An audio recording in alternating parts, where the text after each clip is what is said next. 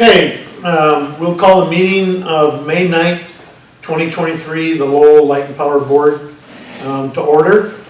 It's actually 6:02. Charlie, if you would do roll call. We pass down some of the agendas, please. Sorry. All right, Chairman Beecham. Here. Vice Chair Straubing. Here. Board Member Cadwalder. Here. Board Member Crawford. Here. Board Member Fonger. Here. Okay, looking for approval of the agenda. Any changes, anything? Move to approve. I'll support. Okay, it's been moved and supported. Any further discussion? Hearing none, all those in favor signify by saying aye. Aye. Opposed, motion carried. Approval of the minutes. The first is the regular board meeting open session of April 11th. I would entertain a motion to approve. So motion. Support. It's been moved and supported. Any further discussion? Hearing none, all those in favor signify by saying aye. Aye. Opposed, motion carried. Approval of the April 11th, 2023 regular board meeting closed session. I would entertain a motion. So moved. Support. It's been moved and supported. Any further discussion? Hearing none, all those in favor signify by saying aye. Aye. Opposed, motion carried. Public comment. Any public?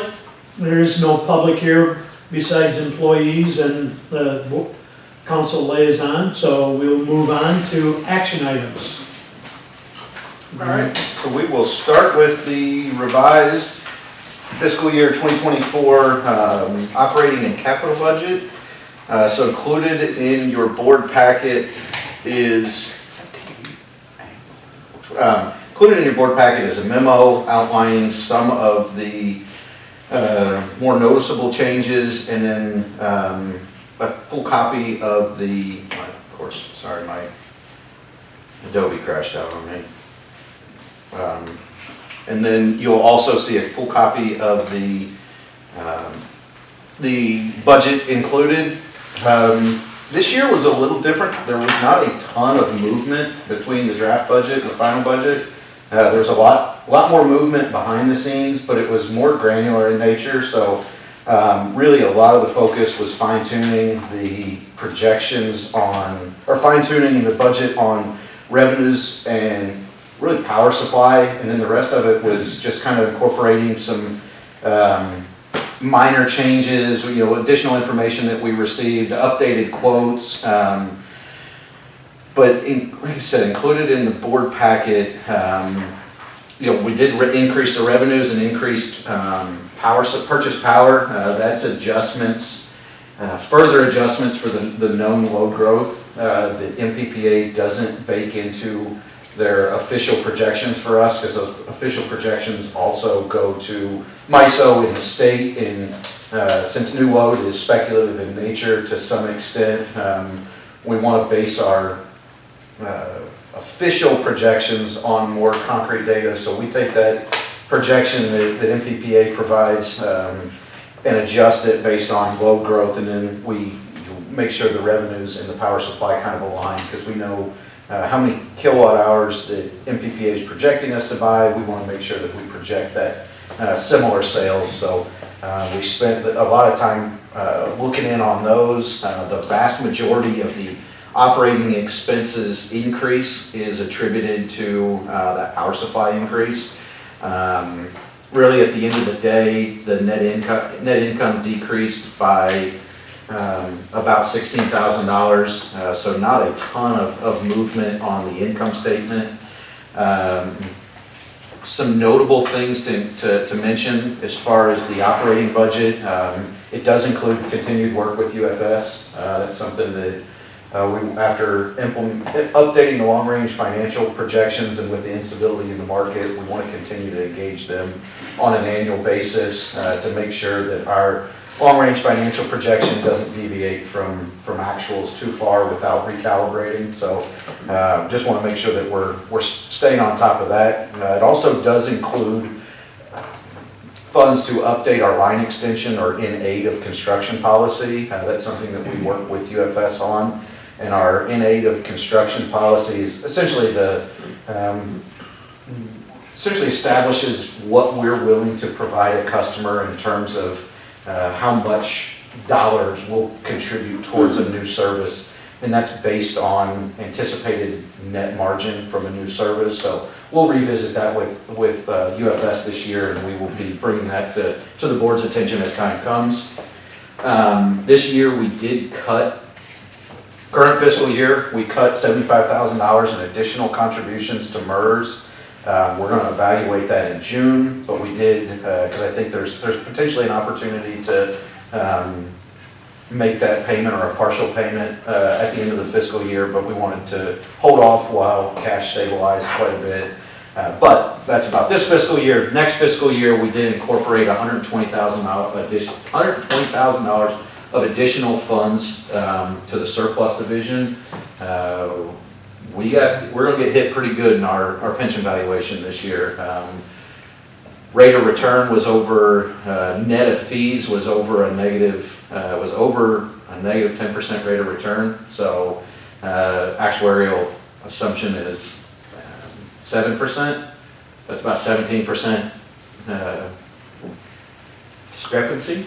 So that will cause significant, so we'll have that valuation before the end of the fiscal year, and we'll be able to stay on top of those additional pension contributions. Budget also includes taking on new maintenance management software. That's a new software we want to implement that'll just help us keep track of all the things that we have to keep track of, all the inspections, all the state requirements, permit requirements. There's a long list of things that we're required to do, and this software will just help with that. The budget does include significant increases in IT. That is partially due to the new arrangement that we have with our current IT vendor. Also included in that is some funds for additional needs that have been identified with our new vendor. And then we budgeted a very conservative number there because it seems like every time we turn a corner, we get smacked with another $10,000, $12,000 requirement. And we actually just got one recently. So we don't know exactly what to anticipate, but it's been a surprise about every 6 weeks at best, IT related. So we feel like we're turning the corner and we're getting into a lengthier relationship with our current vendor, but I'll touch on that in later in the board meeting. But ultimately, at the end of the day, we put some additional funds in there to make sure we have funds allocated that will enable us to take whatever necessary step is identified. We don't want to find ourselves where the budget is the constraint on doing what we need to do from an IT standpoint, because it's so critical to our operations. So we want to make sure there's plenty of I don't want to say wiggle room, but we have the flexibility to do what we need to do. Want to specifically call out the benevolence budget. The new benevolence policy hasn't been approved yet, but we talked about it last month. We did take a look at kind of how many hours and how many hours we spend really on in-kind, and looked at what do we do for Pink Arrow, what do we do for the chamber, and then we kind of backed into what's an average crew look like, how many hours is that, and started backing into what do we think is a budget that will allow us the flexibility to do what the board has expressed and our desires to do without necessarily coming back to the board regularly. But that's a budget that I think will, we know that not everything that was done would probably hit the original budget ID, so we're revamping kind of how we budget for that and want to call it out specifically, but the budget does include $11,000 for in-kind donations and $5,000 for financial support, direct financial support of benevolence activities. Your question or? Yeah, I mean, as I was looking at this at home, and then probably because of the benevolence policy, when we get down to action items D. So my question, and probably Megan, it's probably a very simple answer.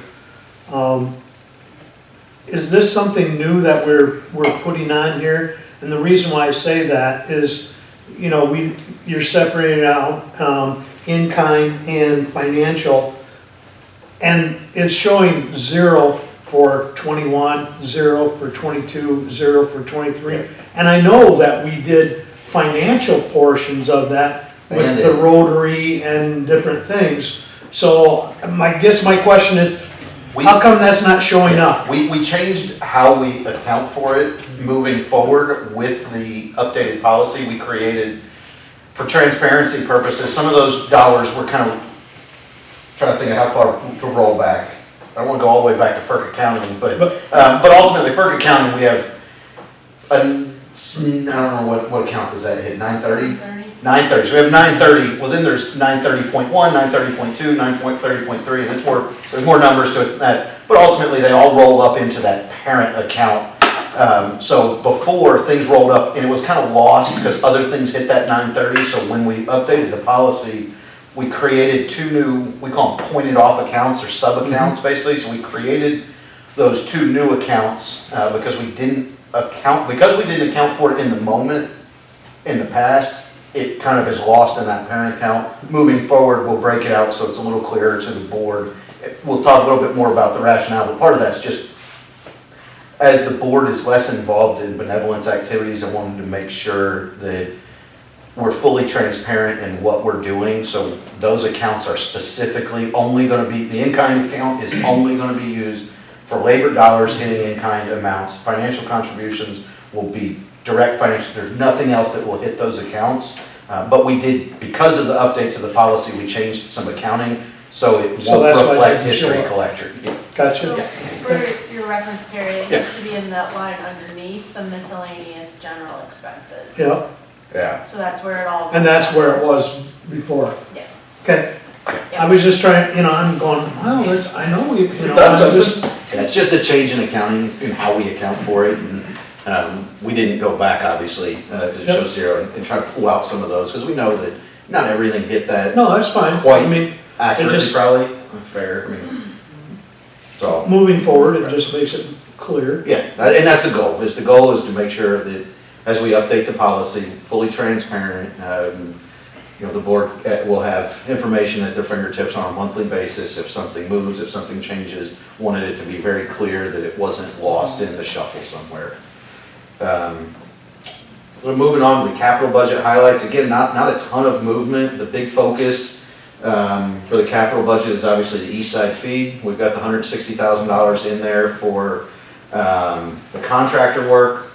It's 160 and change, 161, I don't remember exactly what it was, but then we also have additional funds to take care of satellite projects, and Ryan's been working very diligently, and we've got quite a few plans. Plans are a little fluid, but we have some dollars allocated. We've got about $200,000 additional, and we're still carving up exactly how to prioritize the satellite projects, but one of the things that it'll do, that we know we want to get accomplished this upcoming year, and we're still fine tuning the estimates and tracking down some conduit, is getting the last of the PVC in the ground, or the conduit in the ground to pull in the wire, because as the board knows, we've talked about the wire to get under the ripper is very expensive. So if we can go ahead and get pipe in the ground, we can run a mule tape through that and have a very accurate distance on what we need, so we can make sure that we're optimizing how much we purchase and we don't end up with a bunch of half-use rolls or spools or anything. So that's going to be a big priority. We're working diligently, and Ryan's really making a lot of progress. We're thinking that we're going to be able to do a little bit of work here and there and clear out a large section of conductor along West Main Street from the railroad tracks back towards pretty close to McDonald's. Don't have final plans in place yet, but I see Ryan's brain churning right now. Correct me if I misspeak anywhere, but that's on the radar as well, and some funds were included in the capital budget for that. I don't think I've spent too much time talking to the board about that piece of it, but that'll be I'm excited about that project because we potentially can get rid of one step-down transformer, and we can remove quite a bit of, from an aesthetic standpoint, quite a bit of old stuff off of Main Street. But from an operational standpoint, the benefits to the public and the aesthetics are there, but operationally, it'll be a great project. It'll give some redundancy to switchability, what circuits go where. We'll take some residential load off of an industrial circuit, take a step-down transformer out of service, hopefully. So from an operational standpoint, it's a real multi-value project. I would guess that it also reduces the risk of a car running into the pole and cracking it and. I was saying, so if you'll notice, if you're right in front of Bet and Baker, there's a missing pole. And the wire's been floated.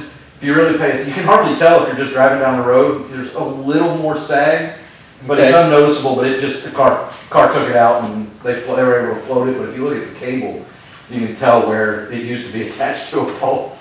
So, but yes, talking about a car pole place, that's a good place to have one and a good place not to have poles, so. Included in the capital budget is also a website refresh. We haven't refreshed our website in over 6 years.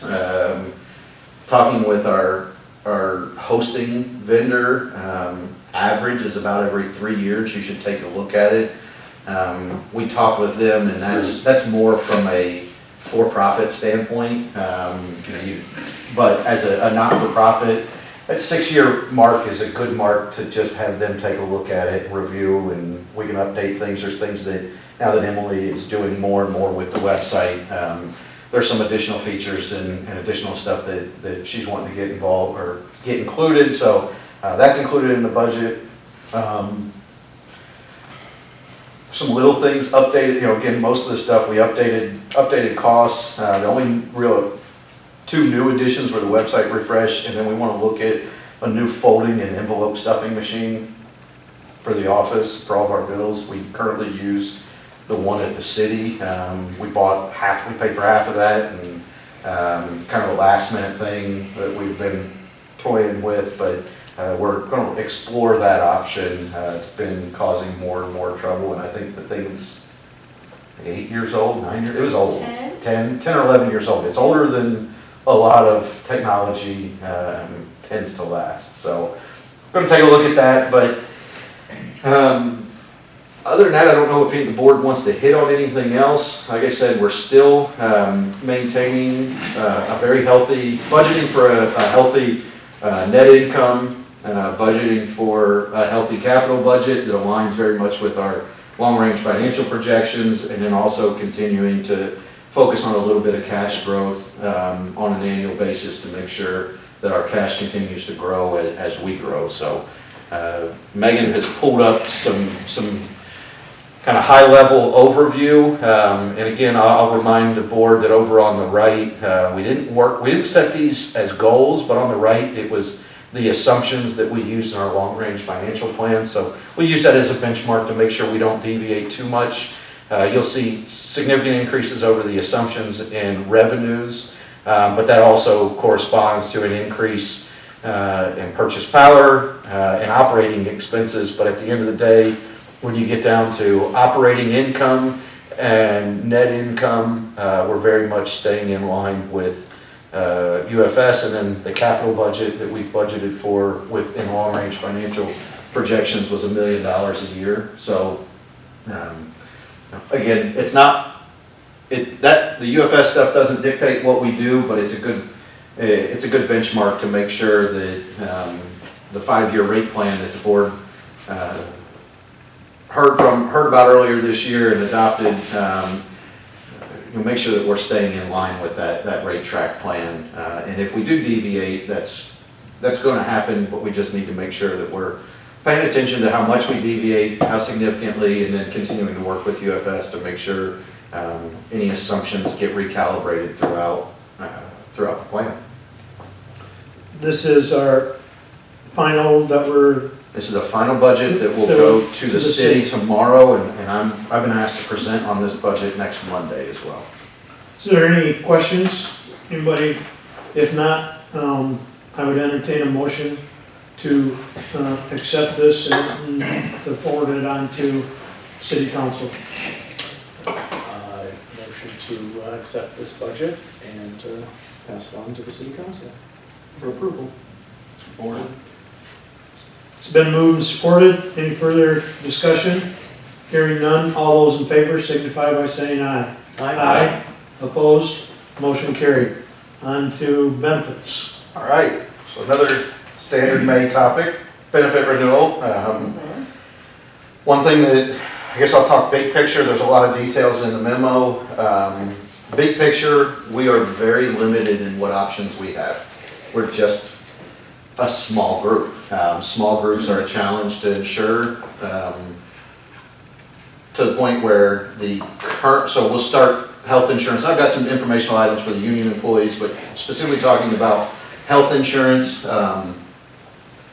Annually they tended to tweak little things, change, what a prescription copay was, or change what a teledoc visit was. This year there were no changes at all.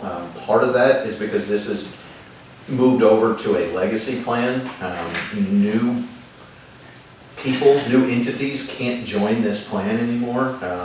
Priority Health's not offering a Healthy by Choice plan. It just, unfortunately, the stick tends to be more powerful than the carrot. And this type of insurance plan rewards good behavior. And like I said, I just don't think from what we're being told, these types of plans didn't get the adoption rates that they anticipated. My personal opinion is the stick is mightier than the carrot. So we did look at other options. Ultimately, I guess I'll say that the current renewal plan includes an 8.9% increase. Last year was a 6.9% increase. It's pretty standard across the board. The other thing to keep in mind there is because we're a small age or a small group, we are age-based, not experience-based. So as an age-based group, every year you get a year older, your insurance premiums go up naturally due to your age. So part of that 8.9% is just natural increases because everybody's a year older. Part of it is just a natural increase. We did look at alternative plans, but we've had quite a few pretty extensive conversations on benefits here, and I've never once heard a board member express any interest in reducing the level of benefits that we provide. Unless I've misread the situation, the board has been very adamant about making sure we stay competitive from a benefits standpoint, because it's a great tool for attracting and retaining the dream team, as one of our board members likes to call us. I don't complain. So again, we've looked at other options. Even if we doubled, and all some of the alternative plans are in your packet, but we'd have to double, triple, or quadruple our deductible and maximum out of pocket just to get a smaller rate increase. If we wanted to move to a comparable plan with a similar level of benefits to another provider, you're looking at double-digit increases. Actually saw one PPO plan that was a 40-some% increase that is not included in your board packet. But again, we're very limited in what options we have. It's the board's, obviously the board's purview and decision on what level of benefits we ultimately provide our employees, but I can say that from our perspective, the budget, or the increase was worked into the budget fits it, and I think it would be wise of us as a utility to stave off any changes to benefits for as long as possible.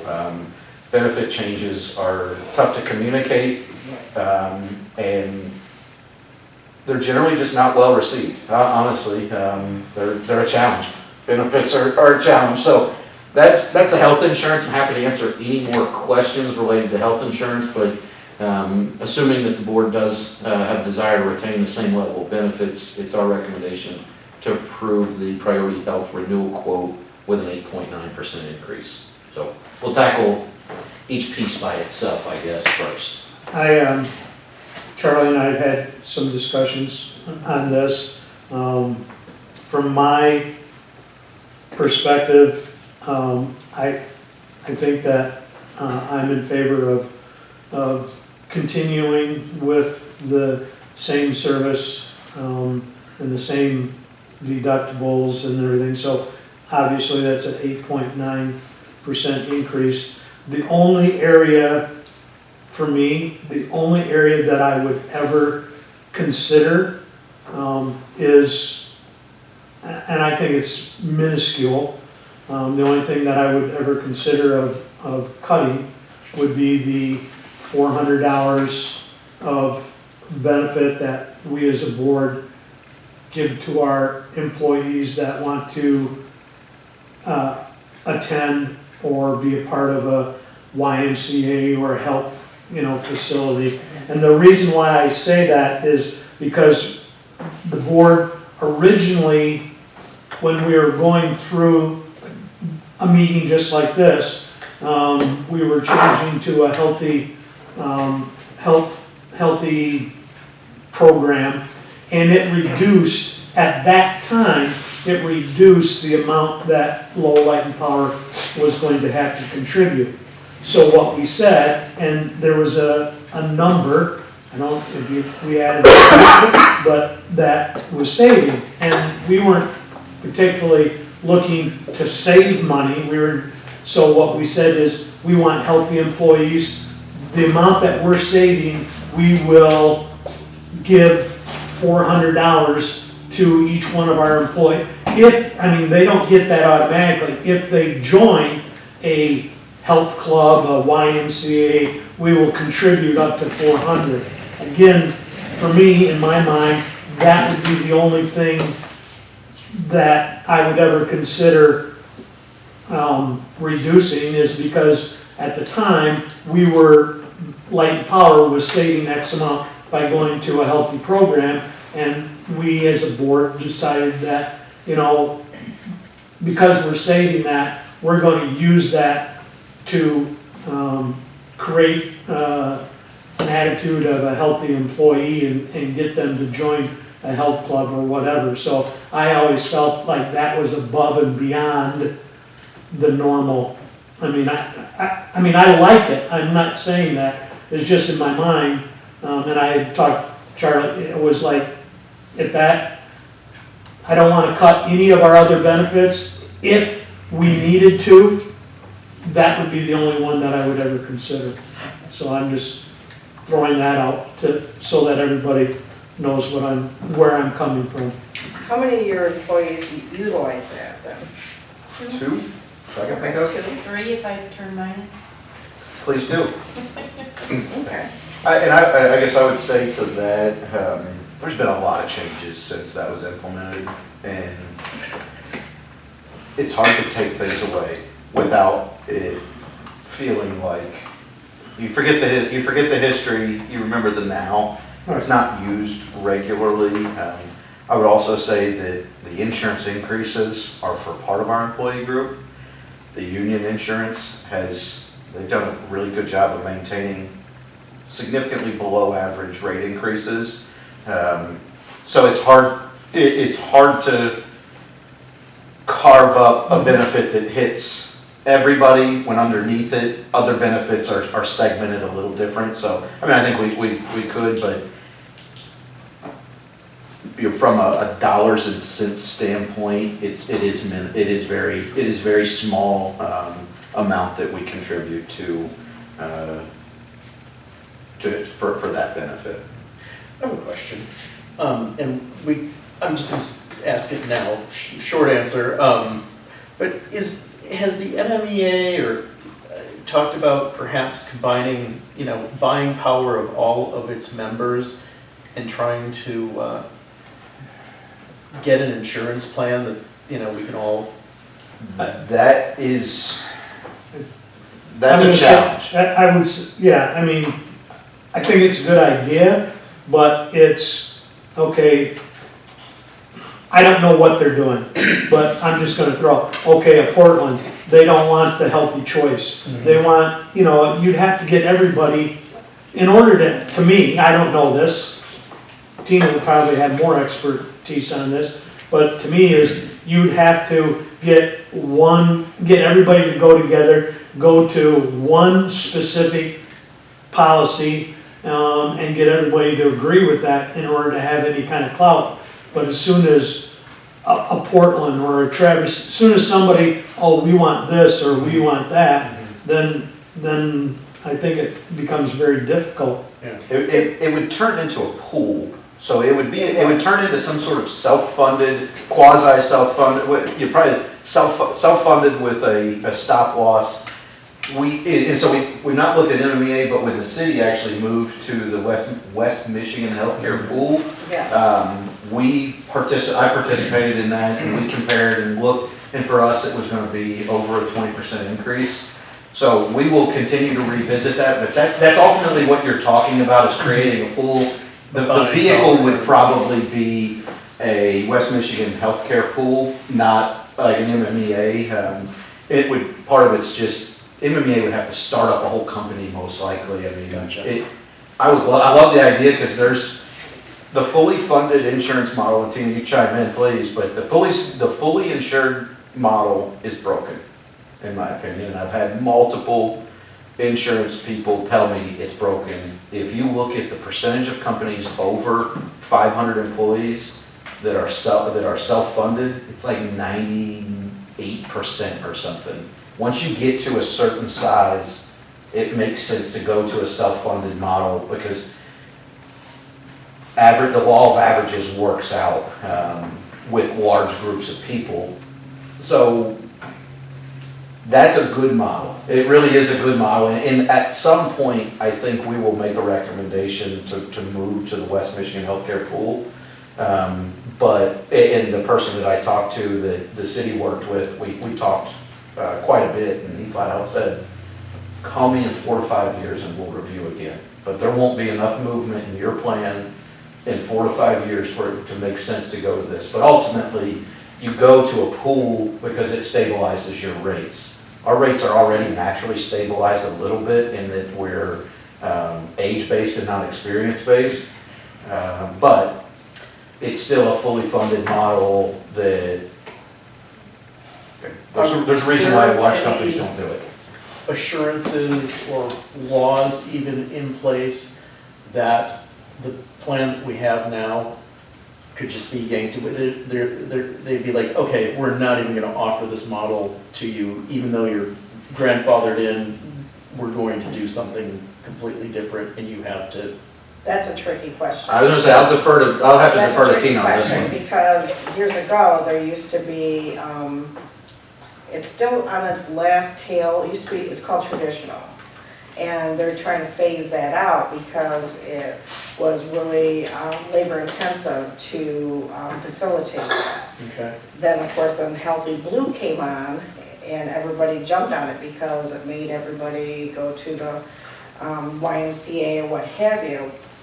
And some companies offered them these huge incentives, have one of these trackers and get 10,000, steps a day, and we'll put you some money, and Blue Cross Blue Shield actually handed over trackers for, for a big, yeah, People so. sat there shaking them? Yeah. It's a big incentive, but the nicer the dessert, the harder it is to facilitate. I'm just telling you right now. If you would go into and join, like what Craig said, and that's a great idea, and I'm sure, and you have looked into it too, why don't we just join an association? So instead of having the 20 people, let's go to a large group, and that's great to do that, to join an association. However, you're gonna run into those problems. It's not just that, they're not gonna offer you just one plan, but, usually it's a 3-plan thing. If you have a huge amount of people, you got 1,000 people, you can get 3 plans in on this, and then everybody enjoys, the benefits. They do an HMO, a PPO, and a. something. BCN to Yeah. Blue Cross, you can have both sides of the fence. But then, once you get to that point, we're gonna have to hire, another Megan to be able to facilitate it. In the office, or, what have you, so that Megan can call Blue Cross Blue Shield or call Tina and say, okay, what's happening here, because that's that's my sector of it, is to Right. handle small groups. That's my expertise, is small groups. But, no, it's, you're going down the right path. I hate that, and it's not just you guys, it's not just small group, it's not just, but these $5,000 deductibles just takes a air out of the room, because it's God, I'd just. love to have a $5,000 Right, deductible. I right, had a you know. $10,000 deduction in Paris. Right, you know what I'm saying, so. No, it went to 12, whatever the You legal know. limit's 15, is that what Yeah. you're allowed to get to, is it $15,000 No, deductible? they could, no, I've seen higher deductible, yeah, there's, it could go I through thought the roof. Affordable Health Mind- Care Act but- required it. Well, affordable health care, that's a whole different sector, but unfortunately, what's happened is that they really played dirty and they threw in prescription drugs in it, and that's when everybody, that was a big meeting. Everybody just, the air was sucked out of there when they said, yeah, we're gonna include prescription drug. You know, because I grew up on a $2 copay. My mom worked at GM, $2. That was, didn't matter what it was $2. You know what I'm saying? Fast forward to today, that's long gone, but because I'm in the market, I see that prescription drugs is through the roof. It costs more for me to give you prescription drug coverage with a flat copay for a large group than it does for your medical and, facility and doctor combined. Those Those are- two together. There's a reason why all your Prescription drug. self-funded programs like Pareto or West Michigan Healthcare Pool, they all have they use GoodRx, or there's some mechanism that they use to help, But when because you go to prescriptions are tough. self-funded, the problem with self-funded is this, is that you've gotta have, like I said, another Megan in your office, because she's gonna have to pull, Well, when you look at, like, you know, when you look at the West Michigan Healthcare Pool, it's a self-funded pool. okay. But you farm out administrative services. Right. You farm that out to the West Michigan Healthcare Pool, and they handle it. So we could never do a fully self-funded model But remind in-house. you though too, that the scenario did happen, not with Blue Cross, but with another insurance company where they were self-funded, this huge group. And they started, a smart girl was in the office, and they were screaming, God, this is killing us, we're self-funded. Virtually you're paying for all the benefits every time you go to the doctor. She started pulling reports on diagnosis codes and procedure codes, not by name, but by those codes. And she found that unfortunately that insurance carrier was paying for benefits and billing you that wasn't a benefit. You know what I'm saying? So things, you gotta stay on top of it, and it's a hard thing to facilitate. It's, to stay on top. I would never go to self-funded. I would never advocate for a fully Fully funded, self-funded, a fully self-funded program. Not in a utility this all, it would have Unless- to be part of a pool. Right. Part of a large. Yeah. But So- even a lot of the pools are a challenge, because a lot of the pools won't take you if you're less than 25 employees. 25 belly buttons. And we don't have 25 belly buttons. I don't know if it's employees or belly buttons. But most of them have a 25-person threshold somewhere or other. Some of them, previously I was looking at Pareto, and I think it was a 50-person minimum. So we're very limited in what options we have. And quite honestly, what we have right now is not broken. Right. It's manageable. And But it will come to a head at some point. Is it compatible to other facilities so that somebody here, one of your employees has got their spouse has got a medical issue that they're thinking, I've got to go someplace else because my benefits are not as, Our benefits are not as well paid off, or what, is it comparable to the other big players? in the- I've not had anybody come to, and maybe you chime in, we've not heard of anybody saying, hey, this isn't covered or anything, so the benefits are pretty comprehensive. They're meeting our needs. We're not hearing otherwise. Okay. It's a pretty comprehensive What's the plan. deductible? $250, Person. $500 a family. Yeah, it's a good, yeah, it's a good program. And that's the thing, Beautiful. it's good, it's manageable. beautiful. Can board Yeah. members get insured under the? Right, 250, that's beautiful. Maybe that's those extra belly buttons he needs to wear. Right, no, that's beautiful, yeah. And it really is, because we have competitive benefits, it's an attractant Yes, to good talent, and it's a tool to retain good talent. Any other questions? it's phenomenal, that's phenomenal. I would entertain a motion to approve the renewal for fiscal year '24, which figures out to be 8.9% increase. Or motion each one individually. So we've done it in the past, if the board wants, I I'm mean, fine with that. I'll motion then. Now support it. Okay, been moved and supported. Any further discussion? Hearing none, all those in favor signify by saying aye. Opposed? Motion carried. Yeah, you don't need to move it all, Charlie. we can keep, I was looking at that, my philosophy is if we can keep it where it is, we will need to make changes at some point.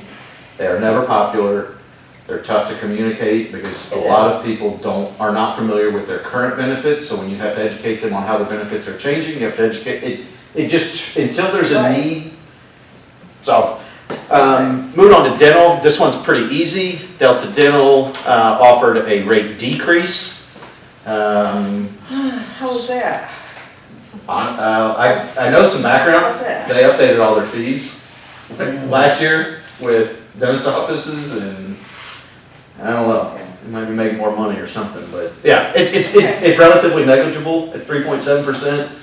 Only results in $425 a year roughly, so it's our recommendation to approve the Delta Dental renewal with a 3.7% And decrease. it's apples to apples. Yes, exact same plan. Take it. Yeah.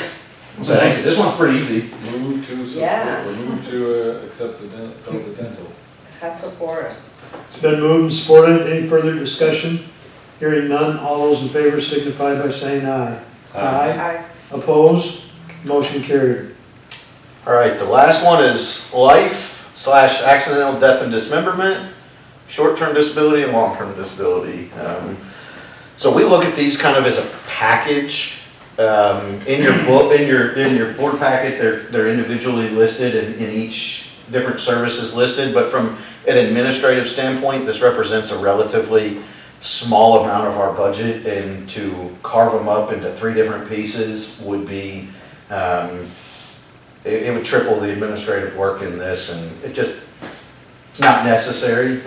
Ultimately, 2 years ago, we moved this coverage to Unum, and at that time, they supplied a 2-year rate guarantee, which was nice. So if you really look at this, we didn't receive a rate increase last year. You're not gonna go 3 years without them making up some.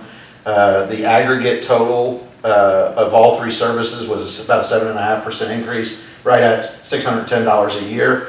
If you look at the aggregate packages from other providers, the next most competitive quote is a 13% increase.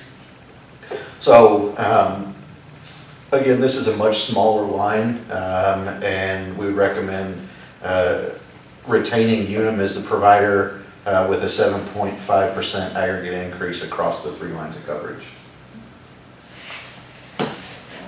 my question is, and I know that Amway had this, if you, and I'm gonna be literal, if you dropped dead at work, it doubled your insurance.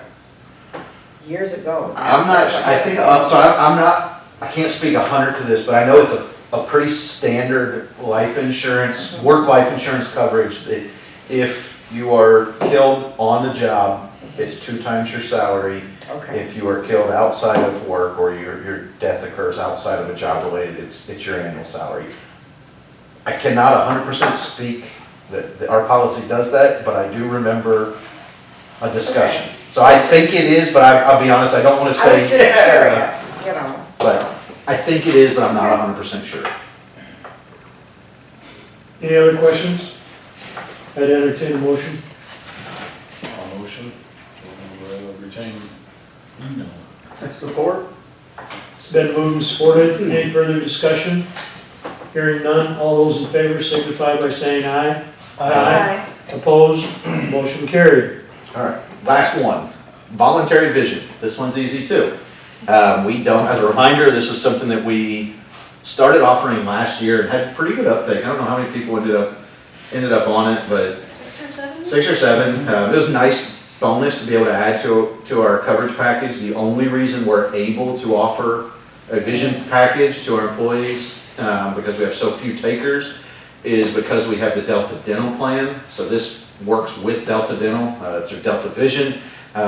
They supplied a renewal with no increase, so a rate pass on the voluntary vision. So again, this is no money out of our pockets. This is just an opportunity that we provide to our employees, and there was no rate increase, so it's staff's recommendation to retain Delta Vision as our voluntary vision provider. Wait a minute. So, is it a good benefit? I'm asking, I don't know. you don't use it? Okay. All right. I don't use it either. Okay, all right. Because, well, We have I'm very, suspecting that the reason why that they're not increasing is because nobody's probably using it. I think it's bigger than us. I think that the plan, and talking with Charlie, Okay. I don't think it's just us with the voluntary vision. I think it, but I'm not positive. But it is, I know it has been used. Probably not for anything significant, but I remember the coverage was comparable to the other plans, because last year was the first year we compared the Delta Vision to some other insurance, eye insurance plans, or vision insurance plans, but we ultimately landed on Delta Vision because it was the only opportunity, it was the only one we could offer, and the benefits were very comparable, but we couldn't get enough people, we couldn't get a take rate high enough to offer any other ones, because there was either, I think, 10-person minimum or 10 employee covered minimum might be the threshold that the rest of them were. And again, we were able to give this opportunity just because we have the Delta Dental. If we move our dental insurance away from Delta Dental, we will not be able to continue to offer this Touching benefit. this deal. Okay. I'll move to retain Delta Vision. Support? It's been moved and supported for dental vision. Any other input? Hearing none, all those in favor signify by saying aye. Opposed, motion carried. On to Public Act 152. Ooh. So this one's an interesting one. In a conversation we were having with our labor attorney about upcoming union negotiations, we started talking benefits and got on the concept of the hard cap.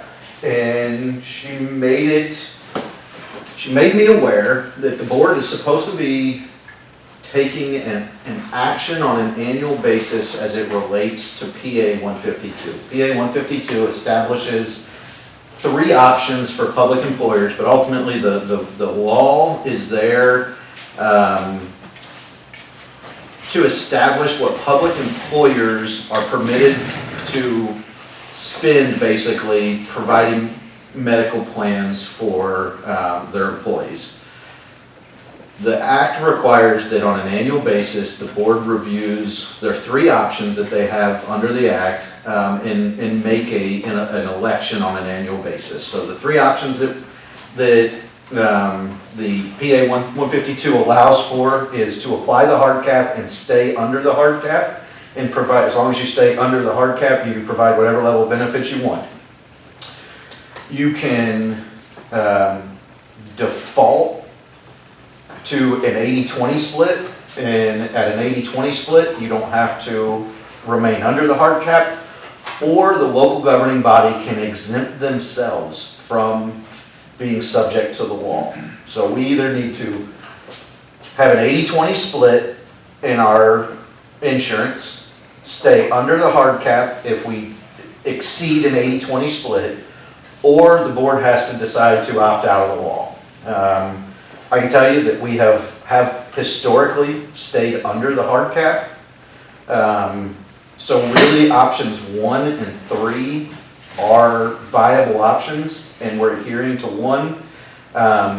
it was the recommendation of our labor attorney to just opt out of, basically exempt us from the requirements of the law. And by doing that, the board does have to annually review and understand their responsibility, ultimately to our ratepayers. But the recommendation to opt out is to ensure that you all retain local control. You all know what is best for our employees, our ratepayers, and as the fiduciaries of our ratepayers' money, you all know. It seems kind of counterintuitive to allow yourself to opt out, but ultimately it goes back to local control and the obligation that you all and we all have collectively to be good fiduciaries of ratepayer money. And that's ultimately why our labor attorney drafted the resolution and recommended that we exempt ourselves from it, because we will continue to evaluate against the hard cap and continue to understand where we're positioned, but the board should retain as much control as possible instead of finding ourselves in a position where we have no choice but to make a change, even though it's not in the best interest of our employees or this community. Don't know what that would be in the future, but if we continue to exempt ourselves, the control sits right here, not in Lansing. So that's ultimately the recommendation. I'll be honest, this was relatively new to me. I can tell you that the current plan and what we're currently at brings us in significantly under the hard cap. We're about $40,000 under the hard cap. And that's on our total aggregate. Hard cap is about $260,000 in benefits, and we stay $40,000 under that hard cap. So, so the board does understand where we're positioned in relation to that hard cap. We've not bumped up to it. Every year we evaluate where we are in relation to that. And I would, even if we opt out, we will continue to benchmark against that hard cap, and I'll make sure to make the board aware of where we sit in relation to that hard cap on an annual basis. But again, the attorney's recommendation was to make sure you all retain as much control as you all see fit in terms of providing the level of benefits that our local community needs. Is there a negative to opting out? No. There's no ramification for opting out, even optically. I don't think it looks bad. It's the standard. Is what the way talking with her. And again, I'll be the first to admit I'm not well versed in this. I've researched the law and talked to her. We had Ryan was part of the conversation. We had a pretty extensive conversation about it. And at the end of the day, I couldn't understand why they made a law that you could choose to not follow. I'll be honest. It still seems, I don't get to drive down the road and say, I'm going to exempt myself from the 35-mile-an-hour speed limit sign. I'm going to drive 45. So it does, but ultimately they do that because of local control. The boards, the local governing bodies are charged with being fiduciaries. So your inherent responsibility, this is included in your inherent responsibility, and that's why they give the option to opt out, is you all are on top of where we are. We're going to report where we sit to the hard cap. So it's not like we're wildly exceeding the hard cap and giving Cadillac benefits and telling all of our ratepayers, tough, you get to pay for it. We're very much take a fiduciary role in making sure we're being good stewards of our customers' money. Sounds like those radar speed limit signs that says your speed. That kind of It basically forces you to look at your yes, speed every year. That's a really good way to put it. It forces us, and as a board, forces you all to acknowledge your responsibility and verify, yes, we are. It's not set it and forget it type of mentality. Okay. I would entertain a motion on the PA 152 resolution. Motion to opt Light and Power out of the requirements of PA 152. I'll support. It's been moved and supported. Any further discussion? Hearing none, all those in favor signify by saying aye. Aye. Opposed? Motion carried. So we do this every year, Charlie, when we have the benefits talk? I'm sorry? We'll do every year? Yes, so this is something that we are required to do annually, and we'll just start doing it in the May meeting every year along with the benefit renewal. So that way you know what the upcoming fiscal year is looking like before you make a decision in relation to Then our that. cap is like, that's figured based on number of employees, like it's adjusted to our size and stuff, so it's always. So the hard cap establishes a maximum amount we can provide on family, at per family. It's not, you create an aggregate total based on, they say you can spend $20,000 for family coverage, $12,000 for Sure. double coverage and. Yeah, it's adjusted for Yeah. what happens here every year. Yes, So- it's a per person, you have 10 people that are on the family plan, take the allowance for family plan, multiply it by the number of people on that plan, and compare it to that. So we win some and lose some. Sure. Some people we spend, because we're age-based, insurance costs different for different people, so we are, we have some winners, some losers. Some people that help us, some people that hurt us. In aggregate, we stay well under that aggregate hard cap limit. So moving on to benevolence policy. Policy review, included in your board packets, a Redline draft and a clean copy of an updated policy. Went back the day after the board meeting and tried to capture as much as I could, and there was a very lengthy conversation. Ultimately, I tried to boil down what were the intended outcomes that the board wanted. The intended outcomes were provide flexibility on an annual basis to adjust the overall benevolence budget. So it's not static, it's been static for years, and we want to make sure that the board has that flexibility on an annual basis without it being a policy change. Provide me or my position with the authority to approve most requests. Provide guidance on when requests would require board approval. And establish an expectation for what benevolence information staff reports back to the board. So tried to, I think that sums up what we tried to accomplish in doing that. We carved up in-kind donations and financial donations into two separate buckets. Starting with the in-kind, we essentially proposed to create an aggregate budget on an annual basis. That would be reported through those line items that we discussed during the budget. So that's how that would be reported specifically in the budget. One of the things that we found out and some of the differences in in-kinds to financial donations, we really looked at the hours that we spend working on the banners specifically. It's a bunch of snippets over the entire year, so it does add up. But from an opportunity cost standpoint, it's not as significant as the sum total of hours that we spend there. But we also found that we wouldn't want to provide that many hours of in-kind benevolence donations to, it would be a pretty high bar in terms of what type of event we'd be willing to provide that support. Same thing a little bit with Pink Arrow. The Chamber and Pink Arrow are very much premier type of things for this community. One being an event, one being the organization that supports the whole community.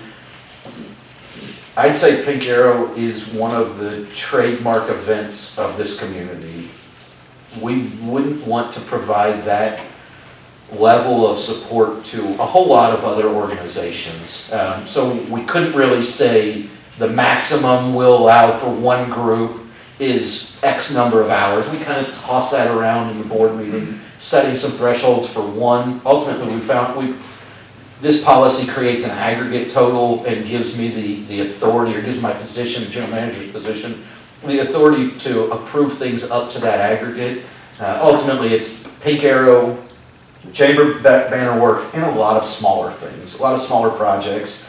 Hook up the temp power for an event, clean up, take down a flagpole on a showboat, just doing smaller things, so. Remove the wind chime. Yeah, remote wind chime, they're just small things that we're well positioned to do. Obviously, if taking down a wind chime would have taken 90 work hours to do, we probably would have said, hey, I don't know if that's a good fit. So we weren't able to create specific, for a single event guidelines, just because the bookends are really far apart in what we do for a wind chime, which is a great use of an hour's worth of time, not a great use of 90 hours worth of time. Chamber, great use of 90 hours of time over the course of a fiscal year. So the bookends are real far apart, much further apart than financial donations. That's why we carved that one up that way. And I think that's why the board really wanted you to have the flexibility to decide what best meets the needs of the community. And I think that, I mean, certainly as a board, we can come back and say, how about this, how about that? But I think, again, I think that's what we wanted as a whole is we have trust in you, trust in the general manager to do what's right for the community. I'll leave it at that. I mean, And ultimately, the financial donation piece is much simpler. Set an annual budget. Any single request is eligible for up to 20% of that annual budget. Any request over that comes to the board. Anything from a in-kind that once we reach our aggregate limit, that comes to the board. And then it talks about reporting and making the board aware. Obviously, the goal will be, we don't do a ton of different benevolence activities. My goal will be to specifically talk about everything that we do. Did review this with Daniel and, change the word from all to material in an in-kind benevolence request. But ultimately, that's that direct communication. There will always be those line items in the income statement that you'll see movement if for some reason there's something small. I'll be honest, I may forget to report that we took a wind chime down, but you'll see that movement. I'd say that one's not really material, but if we're doing material things, we're gonna go help Pink Arrow for a day. That's something that I'll specifically bring to the board's attention. And I would want the board to be aware of the specifics of that type of activity because it's positive. I really hate for you all to be questioned by somebody in the public and we're doing about something good and they're very positive towards us and you're not in the loop. So Right. material things we will specifically call out and bring to your attention, but ultimately, at the end of the day, everything is going to be reported through the income statement no matter what. So transparency was important. As the board shifts a little more authority to me, I want to make sure that with that shift, transparency shifts the other way as well. We're keeping that same balance between authority and transparency. So if we drop power with our mobile board for an event, that would pop into in kind, we'd see maybe 2 hours or something for that. Yeah. But you might not report it, it's just kind of. Yeah. And that materiality threshold isn't really clearly defined, but I think intuitively, the goal is going to be, we talked about the panel getting dropped off at the recent event. I'm excited for it. I'm proud that we participate in these things. I want the board to be aware, so I'll still do everything I can, but a hectic month, we take down a flagpole, I may forget. I'd love to not forget, but I know how my brain works, and Megan will attest that if you don't put it on a Post-it note, I may not remember by the time I get back to my office. So,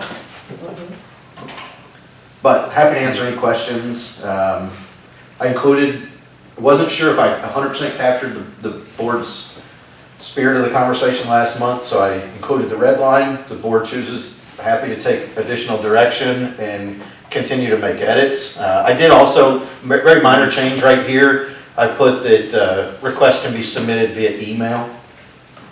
a very minor thing. Tell the public where they can find my email address or the general manager's email address, but again, happy to take further direction and continue to edit, or if the board so chooses, there's a clean copy of the policy that you're welcome to take action on. I really like this. I mean, I thought I did a good job of capturing what we discussed. I was curious about why there is a 20% per recipient on the financial but not the in-kind. So that goes back to the in-kind, the bookends Just are because really it's so far bad. apart. I wouldn't want to allocate what we do to Pink Arrow in Chamber. And I've looked at ways of carving out, like, hey, for premier events, there's this threshold, but then you gotta define what a premier event is. You gotta, you have to quantify some of these things, and what do you attach to it, and kind of, really the in-kind, you could stratify, mentally I separate premier events, premier events, I don't know what else to put it, and kind of other things that we do. But those bookends are so far apart, where financial donations, you can set a cap and say, yeah, we're not gonna give $10,000 to one organization and then say, if we're gonna make a financial contribution to some really big, great organization, like a Pink Arrow or something, yeah, we may want to have a separate guidelines for that, but really our financial support is specific requests in dollars, or we're comfortable with that cap. And if there is a need for more, there's always the option to bring it to the board. That's what I wanted with the policy, is to give a lot of flexibility to the board, not box us in. So I guess, like, but those end caps you talked about, those wouldn't be more than 50%, right? I wouldn't want, it's not for the big ones. I don't necessarily want to put it in a policy that, 50% of our budget could go to something very small.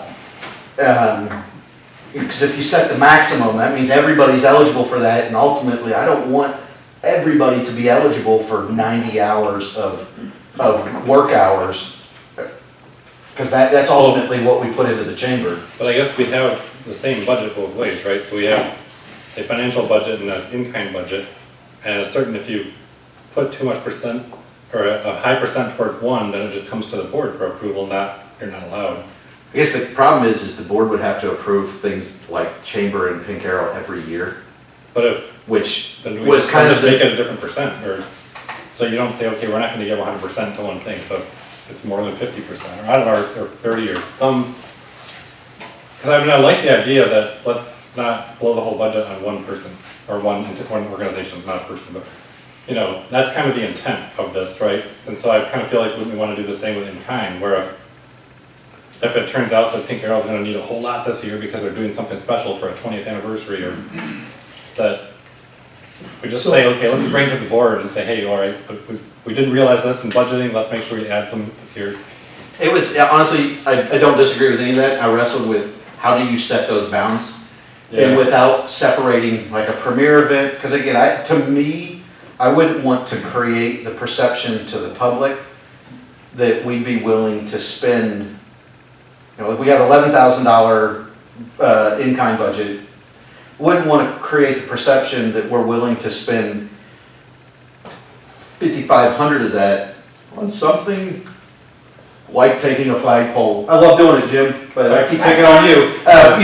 There's definitely a significant difference in the community impact on the in-kind donations. There's things that are very small and very big, and I erred on the side of not creating the perception to the public that we'd be willing to overspend, and it really is, this was the best case I could come up with, evaluating on a case-by-case basis, because that's really what's needed from in-kind. And there's so many more variables that come into play. What's our workload look like? What time of year is it? What time of day does the work need to happen?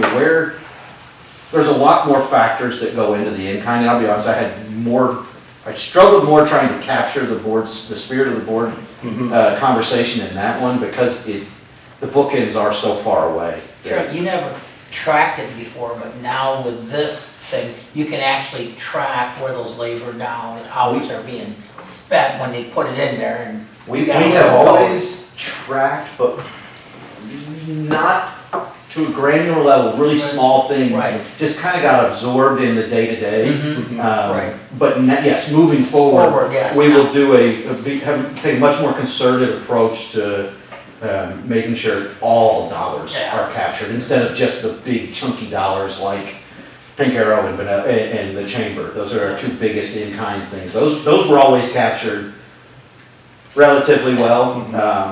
So it's one year that was kind of a anomaly. So are you basing that at $110 an hour to get you 11,000, so So you're what- getting about 1,000? So Depends on that's who's kind of what involved you- and. What we did is we took the total labor hours for the chamber, because that's the biggest one. We took total labor hours for that, divided it by 3, and assumed that was total crew hours, because our crews typically are three people. Then we took and said, all right, it's gonna be, what's the highest one crew hour labor? We took the highest foreman rate, took the highest journeyman rate, and took the highest ground worker rate, I think. Yeah. It Okay. made an aggregate crew hour, took that, multiplied it times the crew hours that we had anticipated for chamber, added in Pink Arrow, and then we put I don't remember what the buffer was for all other things. It was less than, it ended up being like another, it was 90 hours for chamber, 50 hours for Pink Arrow, and I think we rounded up to 160 for those two, because there'd be natural fluctuations on an annual basis. And then I think we added another 20 or 30 hours, maybe 40 hours.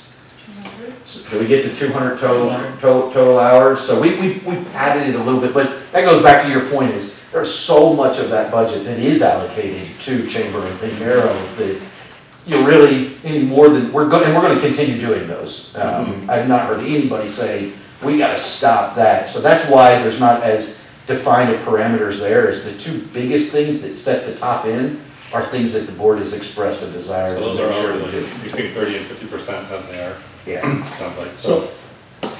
Yeah, I mean, the other comment I was gonna have on this is that it seems like it'd be kinda handy to have a, why don't we call them, benevolence report, like the capital projects? Just a little table of, here's what we got planned for the year, here's what we spent in the year, for stuff that's like significant.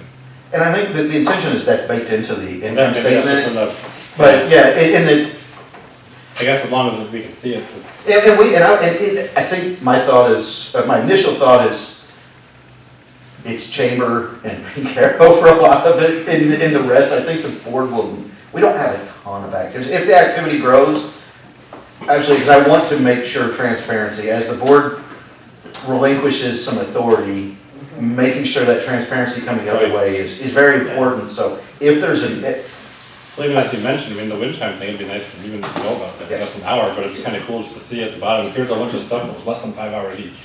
Or, and just like, hey, we took off the wind chime, we took it on a flagpole, or I like, Yeah. I'm saying, I like Yeah, that. we're taking down the you flagpole. just list a bunch of bullet points of stuff that's under a certain small amount. And So, hey, Right. it's just so it's, hey, cool, you guys did that. So what I think of, when we're talking about the benevolence, you know, I think it's something that's used, that pops up, that this little thing or that little thing. Yeah, And the reason why I'm saying this, and I don't know if we could ever get to this, but if you, I don't know how many people looked at the Currents magazine on that. So Traverse City, I'm trying to think of what you're talking about. I know I read it, but I don't know what you're talking about. Traverse City Light and Power has a community investment fund.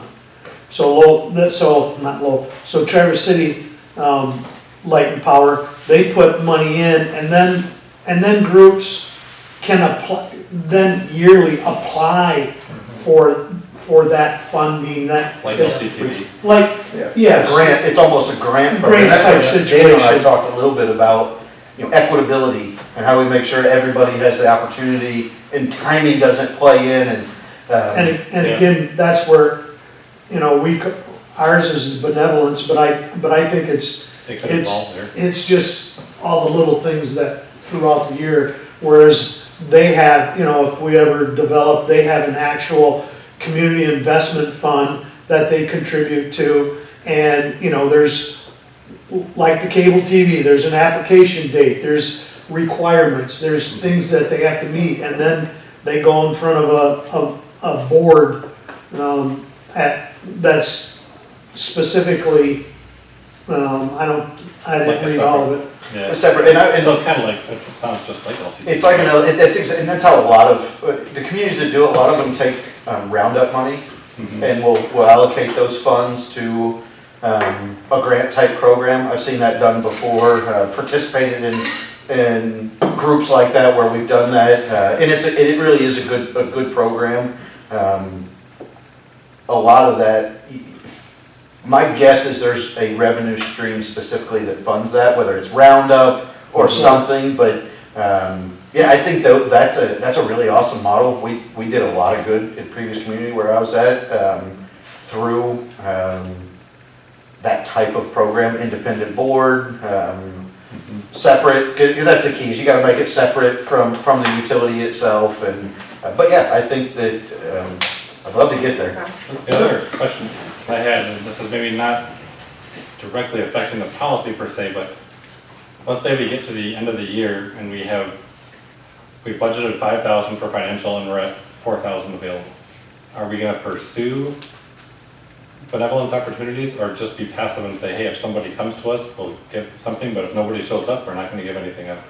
Like, so do we as an organization, do we actually pursue spending that money, that budget? So again, this is just, I'm not an accountant kind of guy, so this is where in my mind, I'm going, oh, okay, so we budgeted that amount, and we've only spent $1,000 of it, and we've got 4. Would I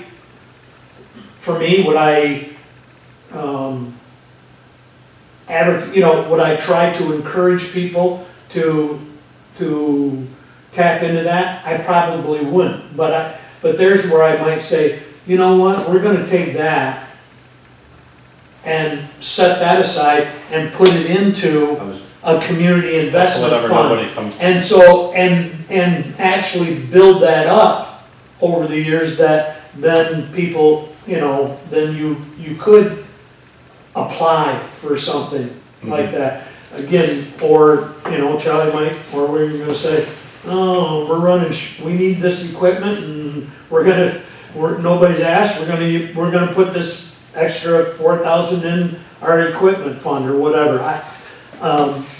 I guess I see it as if it's part of our sort of our overall vision or our strategic plan, right, is to be community outreach or giving back and that type of thing. Would it be a problem if we didn't actually use it, right? Because we put it there for a reason. Right. So that's why I'm kind of wondering to what extent do we, So my initial thought was Perry's of, hey, what if we took that and that's an interesting idea. pushed it over to the side, and at what point, and that would be a heavy lift in terms of trying to understand the details of what it would take and where that threshold was, and, because you wouldn't want to do it unless it was sustainable, so. Yeah, usually Well, I speak. how do you Here's the thing, sustainable. like if you were to put it into like the Grand Rapids Foundation that would manage it and all of that, I mean, you'd have to have $125,000 in there just to get about $5,000 a year out of it, so. I'm just. That's really good. And insight, 'cause- that money is off limits for eternity, Yeah, it's an endowment at It's that an, point. yeah, Yeah. So again, I don't know how I long would Traverse agree City with has that. done this, but they had, I just touched something. They had, one was 8,000 grant, another one was 18, and another one was 30,000. Well, other than the chamber and St. Carol, how does the community know that you guys offer this? We get people that just regularly reach out saying, Yeah, like hey, the you're the type of organization that would sponsor. Right. And we've been a little more proactive, Sponsored a little league. sponsor, and Yeah. the idea is, You help Rotary, you kind of, haven't you? what's that? You've helped Rotary. We've done Rotary, we do Rotary, and we want Christmas lights. yeah, we continue to do Yeah. the holiday lighting thing. We're actually already meeting a little bit about that, which is kind of weird, but, Did those school programs fall under this? Like the Bushnell and the, no, those fall, I don't know where it's like an educational expense. Marketing. But yeah, that, we don't typically book those under, under the benevolence budget. That's kind of a, you could make the argument, but, Yeah, because it might be a sort of an in-kind staff Yeah. time, but but we take that as, I don't know, what line does that hit? I can't think of what that account. 3302. Too many numbers. You're not wrong. Yeah. Oh! That's a workload, I need a GL. Good eye. How do you come I up with see Is it. that a bad Burke County joke? Come on, Tom. Nobody gets accountants jokes. Okay, let's move forward. Any other questions about the benevolence as been presented? I personally would entertain, if you so choose, I would entertain a motion to approve that change to the benevolence tonight. Motion to, I'll motion to approve the updated benevolence policy. and I'll support. Okay, it's been moved and supported. Any further discussion? Hearing none, all those in favor signify by saying aye. Aye. Opposed? Motion carried. And as we have activities, I'd like to continue to revisit, you know, what the board wants in terms of transparency and information. I don't know how much movement there will be on a monthly basis to do like a monthly report, but if it doesn't change, it doesn't hurt just to move it forward. Yeah. Yeah, so I I have, like the capital budget. yeah, I like that. I don't know, I mean, I don't think it'd be a challenge and I'm getting no head shakes. So from an administrative burden, it's relatively non-existent. So I like it, and if that's ultimately what gives, and for me, some of it is, you know where to find it if somebody asks. And if it's clear, concise, spelled out. You might not have an answer right off the top of your head, but if you can pull up your board packet and go, I know, let me get the details. Oh yeah, this is how much we spent and this is what we did. Or if we can look up all those 3202s. Or Yeah, 3202. So just kind of a note too, there's already been an endowment that has basically come out of this organization already. And that is the Lowell LCD fund, because it was a part of Lowell Light and Power at one time. And the sale of that, the proceeds, my understanding is what went into that fund. So And that's an that- endowment. for us to isn't do it? another one would be, I think, redundant. We've already borne out that concept. Basically.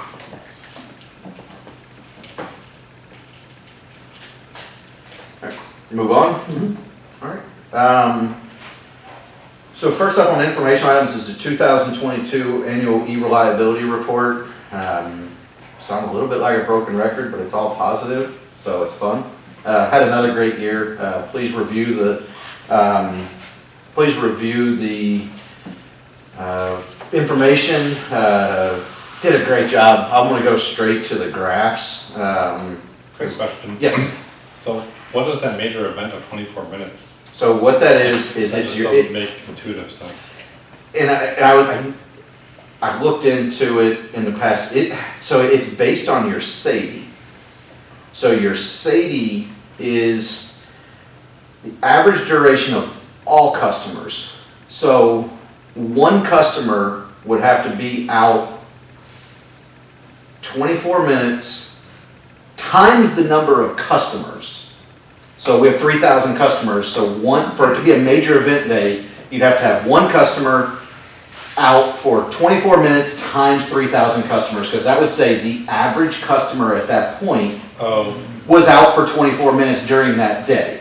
It's kind of weird. It makes more sense when you think of bigger groups, so but it's like saying that if everybody was out for 24 minutes, or the equivalent, that's major. Yes, if we lost our entire system for 24.71 minutes, we had a major event day. If we lost half of our system for 49 minutes and, you know, double it. Or the other end of that is one customer would have to be out for 24 times 3,000, because they'd have to, and you asked that a year or two ago, I remember, and I dug way into it. The paper I got, that I found, was much lengthier explanation of that, but that's ultimately what a major event day is for that day, the average customer had to have that threshold of outage. Obviously, that's pretty major. So we don't have any difference between all outages and Yep. taking out major events. And that's for hurricanes. A hurricane, Yeah, well, just when you first read it, it's like 24 minutes is a pretty short outage Yeah. for a hurricane. I know we had 24 minutes. But if we go to the graphs, trends over time are what say a little bit more in comparing us to average other utilities in our region and our customer size. First, trends for us, we did have a slight uptick in SAIDI from 21 to 22, but our numbers are so low that that's really is noise, especially when you compare it to our peers. And some of that was attributed to a single outage. Most of that is probably attributed to the single pole outage, or the pole that broke on the corner of Sequin and Alden Nash. It was about an 8-hour outage that had a large group of customers out. I don't remember when it was. Do you remember, Ryan? You were up the pole. I don't remember. I don't either. It was such an outlier that APPA asked Ryan to review our data because it was getting thrown as an out of bounds, out of perimeters. It looked like an oddball for us. So SAIDI lower is good, so that's a good thing. SAIFI, the average number of interruptions, you can see that again the trend line for us follows very similar. We saw a slight uptick this year, but roughly we're right at 0.2, so roughly every 5 customers experienced an outage last year. That's pretty dang good. Which is why my kids were always so upset that we'd never see an outage, because We want to keep you in that. once every 5 years wasn't up and up. Yeah. Katie, we do fall very much in line, but that is average duration for customers that experience an outage. So we're, our averages are very, geez, Pete, our outages are very much average. What I'll say to that is that's a really good number because we do a lot to minimize what I call nuisance outages. You really drive your Katie down when you have when you don't critter guard. Because you pull up to a blown cutout and there's a dead squirrel on the ground, you patrol the line real quick, you throw the fuse in, it's a 10-minute outage. We don't have a ton of outages, so when we do have an outage, especially one that's like a broken pole, that duration went way up because we don't have we don't have a high frequency of short duration outages, and that's what brings that Katie number down. But at the end of the day, we have amazing outage response numbers. So you're saying that we eliminate nuisance outages, It actually hurts our Katie. and so then, yeah, Because we don't have 10-minute outages, to Yeah. bring down the average, all of our. but that's why they have a safety, Yeah. to compare. Exactly. And Well, that's it's where, actually interesting to see that we're in line with the rest of the industry. It's basically, what's the recovery time for an outage? and we don't have, And it's, our outages are more significant a lot of times. Not always. And part of that number is outages happen on weekends. They will always be longer response times on the weekend. We have policies in place that require our on-call staff to live within a half hour of the system, but we're here and during the day, we're here and response time is usually, how long do you think it takes me to get the most outages during the day, Ryan? Where they're in the truck. 2 minutes? 15 5 minutes? Yeah. 10 minutes? I mean, it's a really quick response time, so, good. ASAI, this is the marketing number, as we call it. A lot of it, this is the availability index. We're available almost 99.999% of the time. It turned into 4 nines and an 8. It's a really good number. Transmission level goals are typically 5 nines. But it's the marketing, it definitely is the marketing piece. It's hard to differentiate between, from most people, the number always sounds good no matter what it is. So, you're down into a lot of significant figures before you see, but it is a good number to track. It's a good number because it does reflect, and it's a good reflects our overall system health. And we This is see one that. that'd be more interesting to plot it more exponentially, right? Because the closer you get to 100, the harder that is to do. Right? Like it's, Yeah. you know, so going from Any 99 increment to at the 99, like going between the, you know, those top two lines is much harder than the second and third, which is harder than the next, you know, and so on. Because it's kind of approaching an asymptotic challenge, right? You'll never have zero, but Fantastic word too. Yeah. How do you spell that? asymptotic. But that was great. Yes, That's a word I haven't used in 30 years. I was gonna say, I'm gonna be honest, I couldn't tell you last time I like that, I like that. engineering. Yeah. So, but happy to answer any questions. But I mean, that's one I like, I think it's cool because it's hard to really get up to that level. We do And we're getting to that level, or we're at that level in some cases, so.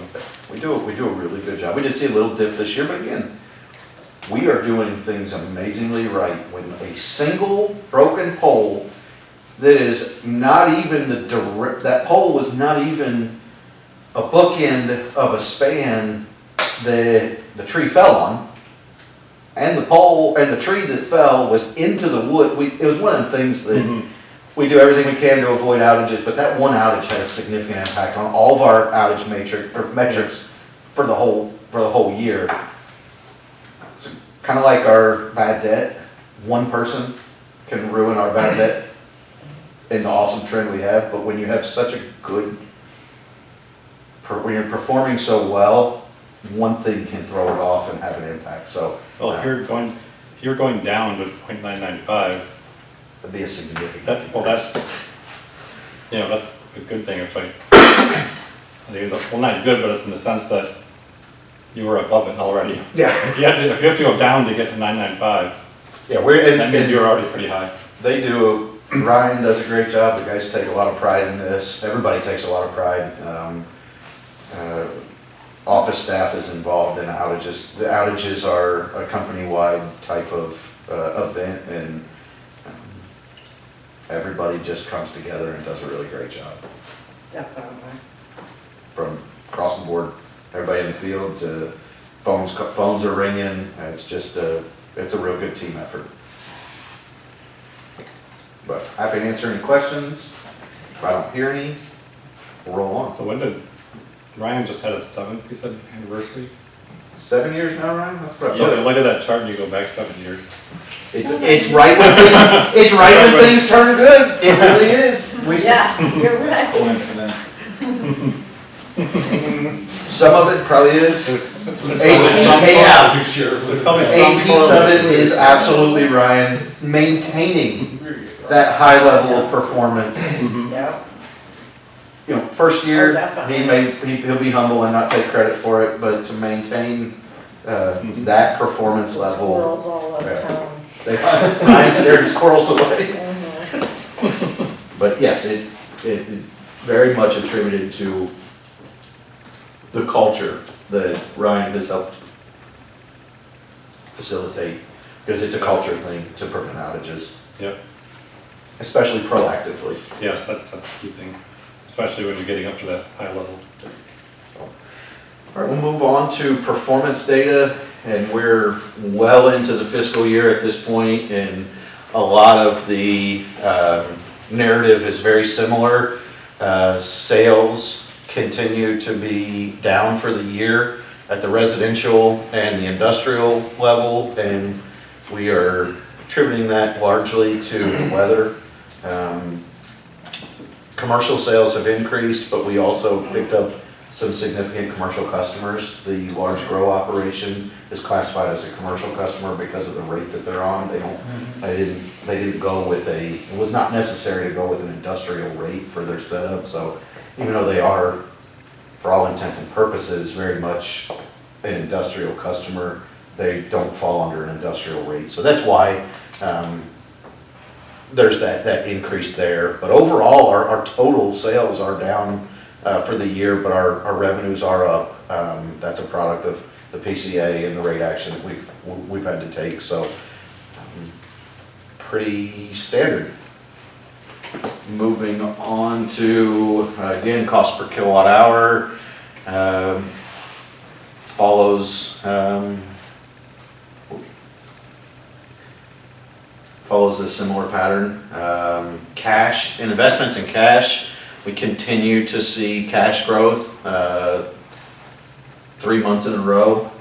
That is a product, again, of more stable energy prices, and that PCA still collecting some funds that were lost on the major uptick, the rapid uptick in energy prices. So we are also positioning for debt payment that's coming out June, May, I forget what month it actually hits. It's a June 1 due date. So that we'll start to see some hits. We saw an uptick in our purchase power bills recently, but a lot of that is just timing. Campbell and Bell River are going to go through their seasonal planned outages, and anytime they go through a planned outage, we're paying for 2-month-old fuel at that point, but we're replacing it with real-time bilateral agreements, so it all works out in the end, but there's timing that certain things lag 2 months, other things only lag 2 weeks, so you end up with timing issues. So we don't anticipate this trend to continue, and if it does, then we'll revisit that. But we're positioning ourselves for a very, very expensive summer based on projections that we're seeing, and they could be much higher. Natural gas prices have come way down, power prices have come way down.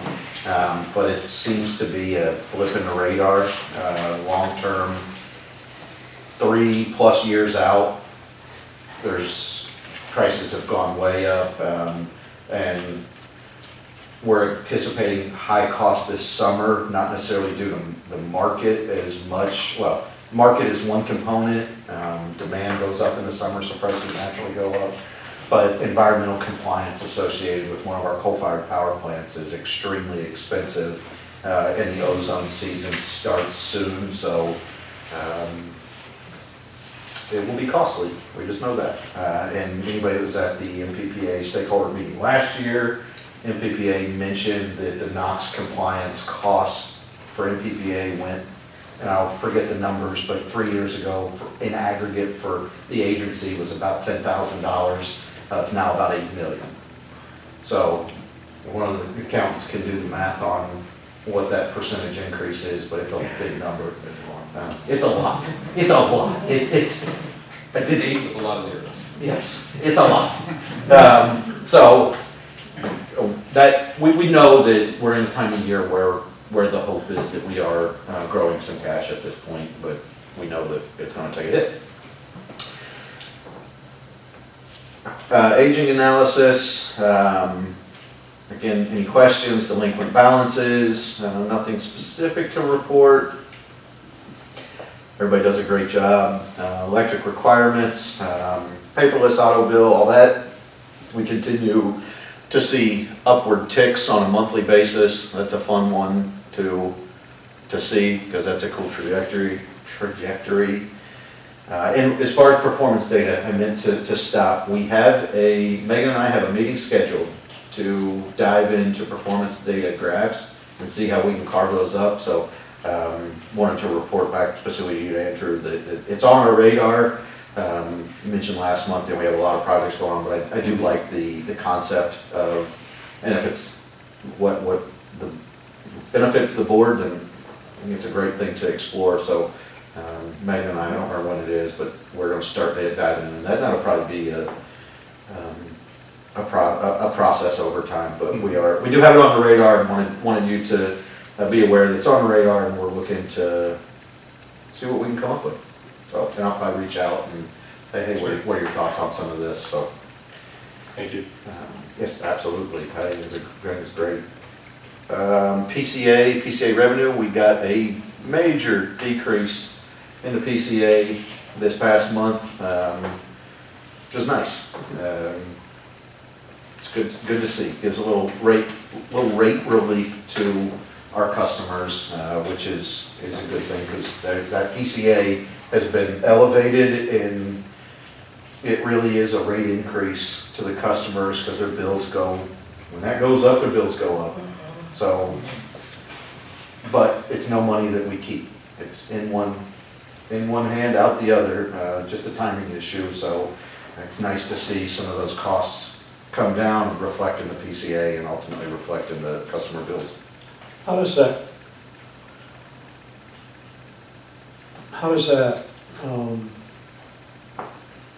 get marketed to our ratepayers? I mean, because I'm not sure when they look at their bill that they realize that the PCA has come down from the. I'll be honest, we don't do a great job at marketing it. It's not something that we get a lot of questions about, honestly. I do know that one of the things that we're talking about is putting a section on the website as we revamp it to help educate the customer. So we have a resource that if people do question it, we can get it there. But from my experience, customers, it's a relatively small billing component, and customers at the residential level, the customers that are interested will reach out. But one of the things that has been found out through market research is residential customers at the end of the day, largely, I don't want to talk universally, largely only want to know how much they pay you. If that number is acceptable to them, they don't care what makes it up. It's kind of interesting. I've participated in a company, there's a group called eSource based out of just around the corner from INREL, out in Colorado.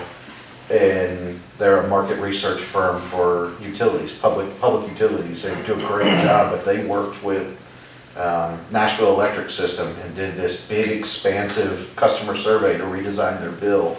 Because, intuitively, we all care about the details. I track my bill, and we all care. We care about individual billing components. Their study showed that residential customers have very different expectations than commercial customers. So, and largely, if that number that they have to pay is acceptable to them, it's acceptable. But that's not a good excuse, but it is the world we live in. I think we need to have resources that educate the customer, and if it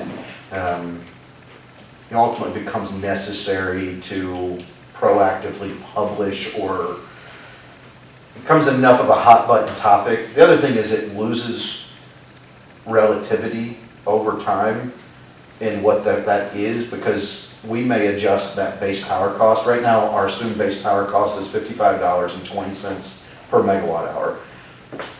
If, a penny compared to that, without that base comparison, you could have a PCA that is zero. But if your base power cost is $62.50 instead of $52.50, or $55.20, sorry, backwards transpose numbers. If it's $65.20 instead of $55.20, your PCA is always relative to that base power cost. So if we ever change it, then we kind of lose a historical comparison. But we do track it. It's something that we obviously track for this graph here, and it's available in this format, but we don't market what that movement is on a monthly basis. I thought we might get more interest in it now that we've updated the policy and there's more movement on a monthly basis. I honestly thought we would have more phone calls, but I don't think I've heard of a first one even. I mean, not specifically about PCA, PCA, yeah. people that call that just wonder What each charge billing is. component is, Mhm. so. I mean, ours went way down. Lauren noticed it. That's when I noticed it. The Just between. the 2 total months bill? ago And our one that we just got, it dropped significantly. Well, some of that's because I run heaters and like the truck, space heaters and stuff to keep those suck a lot of electricity and we don't use them as often, but it's also, I think, maybe part of maybe the PCA coming down, but you're like, I think if that happens multiple times, then that's when people go like, hey, what the hell, it's $200 and $100 and 150, then 220, then 100, like what's going on? That's when you're gonna get calls and have to like really, Yeah, I think my PCA on my total bill was like $1.50. yeah, it's not like. But my bills were naturally, overall, were way down compared to last month. Just total kilowatt hour sales were down. Yeah, You couple that with a PCA that got cut in half almost. yeah, it's just not significant to the. But I would, if I had to guess, based on my bill, I think weather played a bigger role. You know, I saw about a $15 reduction in my bill and about $1.50 in the PCA. So the majority of my bill reduction was, I saw about a $13 decrease in my bill. I'm also not a typical customer, I don't think. Told regularly I'm not normal. I think that's what they're talking about. But yeah, I would Is that your agree. wife? Huh? Is that your wife? Shoot. Saying you're not There are normal? people at this It's the table. doctors. I think I said it today. You did. Actually, yeah, you did. So, but yeah, I would agree, the more movement you have in bills naturally, the more questions you get. And if that billing component moves quite a bit, it bounces around, it will garner more attention. It's kind of been high and stayed high. Now it's coming down, so.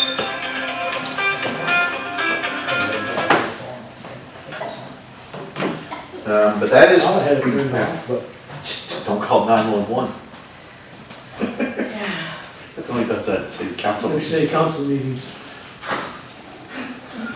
All of a sudden, what the? Oh, my mom's calling me. Water's done in 10 minutes, very good. All right, but that's performance data. I'm gonna hand it over to Ryan for monthly outage report. Another great month, so Ryan, you wanna take it away? Oh, just a couple outages, this past month. One was a squirrel, bugger. The other one, main feed that drops into the backside of Dollar General, over there on East Main, the main feed actually rubbed on a messenger cable, that supported Comcast lines, and we kind of were curious as to why we didn't notice that it was doing that, but we look back at, the only thing I could think of to look back on for historical footage of that area was Google Earth and the Street View. In October of 2022, the messenger still had cable TV coax lashed onto it, as when it rubbed on that wire and actually caused it to cause this outage. That coax was gone, so I think the cable company took a little weight off that line and made it rise up a little bit, and then rubbed on our wire. Don't know exactly when that happened, but that's all we can, because we typically see those kind of things and don't leave that stuff like that, because the cable TV messenger rubbed right through the insulation on the quad dropping into the building, and that's what caused the outage. So kind of a bummer we didn't notice it, because we do keep an eye out for that, but that's all we could determine as to why that one happened. Not real major. It was an after-hours call-in, so it wasn't a huge expense, but still pain in the butt for our on-call guy to come in and take care of that. And anyway, that's the extent of the outages. And that's the difference between a weekend outage and an outage when we're here, ready to respond. Unfortunately, that's the business that we're in. And a 2-hour outage is not a bad outage. Ask any customer of a competitor of ours. Well, yeah. I've got a couple of their customers here, they're going, oh yeah. All right, move on to income statement. Again, income statement's kind of like performance data. We've talked about this quite a bit throughout the year. Sales have exceeded budget. So has purchase power. We have, a lot of stuff is coming in way under budget, which is great, because we balanced quite a bit out and had another healthy net income month, and are positioning for the wrap up of the year pretty well. We've actually exceeded our annual budget for net income, but that's not guaranteed to stay. we run into months, you can see this month, typically, we see a negative net income. That PCA revenue is helping to support that, and then the rate action that we had to take to help stabilize financials and get us in a good long-term position is definitely, you know, turning the corner there. And we have some additional load growth, but a lot of this is due just to the steps that we've taken and having such a tough start to the year. We will potentially see negative net incomes as our power supply costs increase and timing of a lot of issues happens at the end of the year. We will also take, after the close of the fiscal year, we'll take some non-cash hits to the net income. We'll have to book the net change in OPEB liability and our GASB 68 entry. And the GASB 68 entry can fluctuate anywhere, I believe the smallest one was somewhere between 65, 45,000 and 245,000. Wow.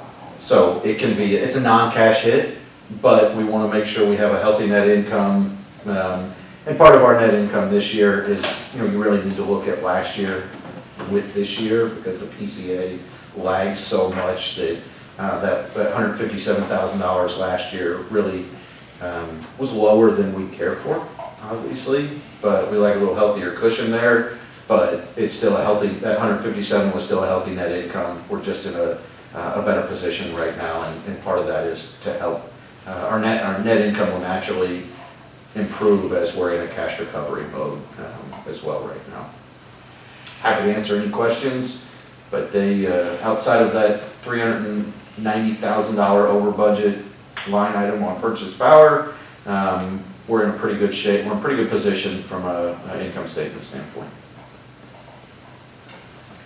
All right, capital projects report. Again, not a whole lot of change this month. If you go to the second graph, there's the current month spend. We did have there was some, that facility improvements was the, some IT equipment. Is that what that is? Sorry, I should have asked ahead of time. Yes. Yeah, that's why I'm saying, I saw it earlier and thought, yeah, that's it, but still gearing up for wrapping up some things. We'll hit the carryover a little bit, because there's some more work that was done at Harvard, or at Stony Bluff, and they'll have to charge out some more material to that, so that'll take a big hit. And we'll ultimately finish the year over budget on that one line item, but we will be under budget in a lot of other places, so. Again, more, not a whole lot to report here, but we should be seeing some uptick over the next, as we round out the fiscal year. I'll touch base on a couple I guess I'll just touch base now. The emergency generator here has been delayed again.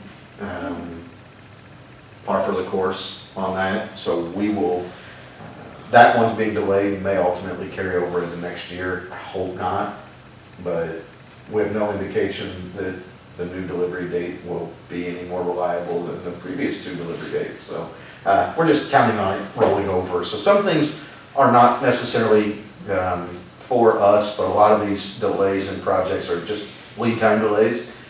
We've got some more capacitor bank work that we're going to do this spring. And then really, we pulled a lot out of the budget for the system improvement budget, so we can push that Eastside feed project out till next year, and then we'll use a lot of this, the savings, and as a support of our cash position, and let us dive right back into making steady progress on capital projects. And we've got a big year planned next year, so I don't want to say it was a down year, but the costs were in such big chunks that there's not enough certainty to go full bore ahead on the East Side project without a little more certainty in what our financial stability is going to look like in the long term. So a little bit of a down year, and we're going to finish the year probably well under the goal of reinvesting depreciation back in the system, but we've far exceeded our depreciation on an annual basis, doubling our depreciation a lot of years, what's capitalized, so probably won't quite reach that goal of a capital budget that matches up at least to a depreciation, but we have quite a bit of wiggle room and we have plans laid. It's not like we're not making investments, we just delayed things slightly. So want to set the stage a little bit for the last few months of the capital budget, and there probably won't be a ton of movement before the end of the fiscal year, but there will be some. But the bulk of it will, we're going to hit the ground running next fiscal year. We got some awesome projects lined up that we're obviously very excited about.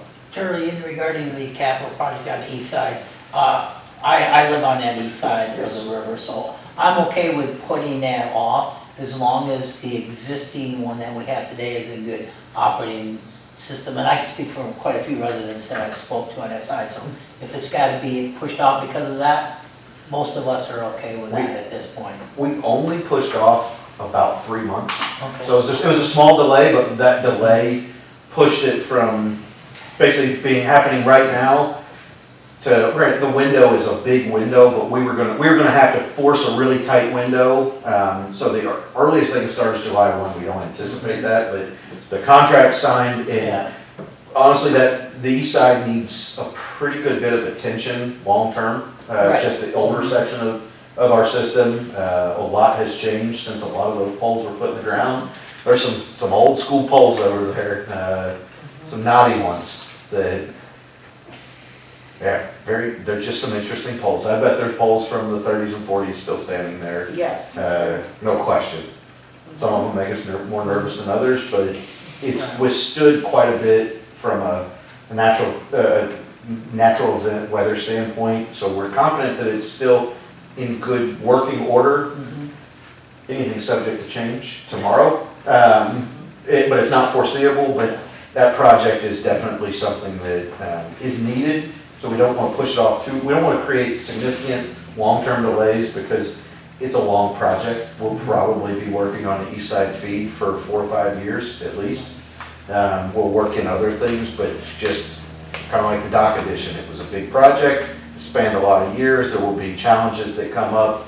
I think this one will move a little bit faster just because it's going to be above ground. A lot of the challenges, lessons learned from dock addition is we don't have real great conditions underground for putting things underground. You run into a Volkswagen size boulder underground, it can be a challenge. So I think there's less unforeseen challenges over on that side, but at any time you're working with trying to revamp and rebuild a lot of old stuff, there's going to be surprises discovered. That's for sure. So, but yes, I would agree. Obviously, our #1 priority is reliability and keeping lights on. So we wouldn't want to jeopardize reliability at the sake of a small delay. So. On the east side, and I think we've talked about it before, but like Monroe, that's getting a major overhaul with, besides paving, with also infrastructure. Is there any reason for us to put conduit in the ground while it's uncovered? While it's uncovered? Ryan, you want to talk? I don't know. I've not heard specifically about Monroe or Washington, but in the past. The water and sewer lines will occupy a fair amount of the road right away because they're in different positions in the road. So to keep our stuff 5 feet away from things, you're basically going to be outside of the road surface anyways if we were to do any underground work over there. Okay. And consumers just occupied a fair amount of the whole east side of the Monroe Street with their gas line right into the sidewalk. So that kind of deterred us from using that section for underground. So I just don't see us doing underground over there anywhere in that road right away area unless it's maybe a crossing that we could throw in there potentially, but that'd be about it. Okay. Yeah, consumers shot us in the foot when they took the sidewalk. We would have loved to potentially, we would love for them to occupy a different space, because that was our strategy for dock addition, was let's go into the sidewalk.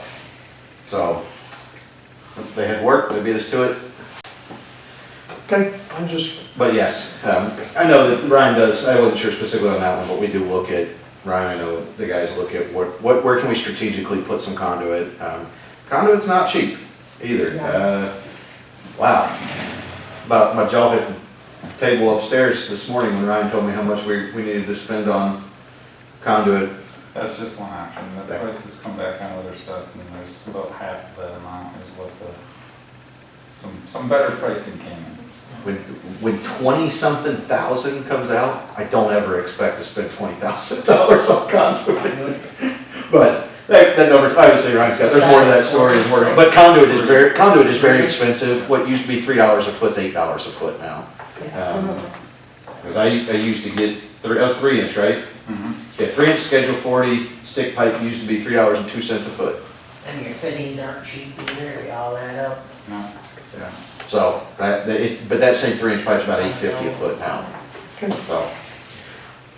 All right, move on to the manager's report, see if I can touch on things. It's just a matter of time before I get to the end and somebody says something, I go, dang, I meant to say something. There's a lot in here, please read. I'm gonna try to hit on most of it that I remember. Busy month with MPPA. Again, there's a lot of activity there. One thing I did want to share verbally is the Savion Calhoun project. We had a project meeting. Savion, or the developer, is having significant issues with EPC contractors and finding an EPC contractor. So an EPC contractor is an engineering, procurement, and construction contractor. It's the turnkey solution, basically. And that's pretty much all these projects to use an EPC contractor. The EPC contractor for this project, I don't know what happened, but they left. And the developer is looking, is proactively reaching out and wanting to talk to MPPA and the counterparties in this agreement about what options they have. So we won't get into too much of it because it could become it could grow legs, we'll say. But it does look like that project has very, very significant challenges to coming to the grid. And Casey said, and it seems highly unlikely that that project doesn't fall apart before. And that's happening all over the place. so when it's like that, I mean, are they bonded, or, I mean, So they were set to do it? I mean, are they bonded? I mean, they're not bonded, but there are, I'm sure I wouldn't say that, they may be bonded, but there are performance guarantees built into it. They're insignificant in the cost. If you were to take the developmental securities, that's what they're called, developer securities. You took all those developer securities and reallocated them across everybody and put that towards purchasing replacement power, we're still looking at a 50% price increase, even with the more than $1 million that it would. And then if you require more development securities, your price reflects that. It's a risk. It's a tool to risk adjust. If the development securities are significantly higher than what they are, we don't get as good a price. And it's not a unique problem to Michigan. It's not a unique problem to us. Right after we had this meeting, actually, Pat Bolin, the MPPA CEO, sent out a snippet from TVA, actually, where the CEO of TVA, they put out an RFP for, I believe, 9,000 megawatts of renewable energy. Major. I want to say about 3,000 of it is already in danger. So it's just panel pricing. It's the confluence of negativity. It's really a challenge to bring solar to the grid right now. So on a good note, that's one Calhoun project. We have the Invenergy Calhoun project and the Savion Calhoun project. Savion Calhoun is not looking favorable, but it is also, I also say it's like 1.5% of our anticipated load, so it's pretty small piece of our generation portfolio. The Invenergy Calhoun project has reached commercial operation at this point, and we are receiving kilowatt hours from a new solar farm right now. So that's a positive thing. Charlie, last meeting Casey showed us those maps with the, is that circle on part of this? Yes, it was on that map. Okay, number 9 or something? I don't remember where it was. Yeah. I'll be honest, I don't even know where Calhoun is. It's, I'm trying to, east of, between here and Detroit east, due east of us, isn't it? No, it's south, it's southwest here. Okay. Calhoun County? Calhoun County. Yeah. Battle Creek's in Yes. Calhoun. I thought it was south of here, but I couldn't remember because the Hart project, obviously Hart, I know where Hart is, they got a public power community there, but. So. Yeah, but yeah, this was on there, we were anticipating this. Now, we have removed the Savion Calhoun, so that, I'm talking Invenergy Calhoun, the Savion Calhoun has been removed from our forecasted MPPA because of the uncertainty with it coming to the grid at this point. So we're planning for alternative power supplies and not relying on that. But again, it makes up a relatively small percentage of our portfolio.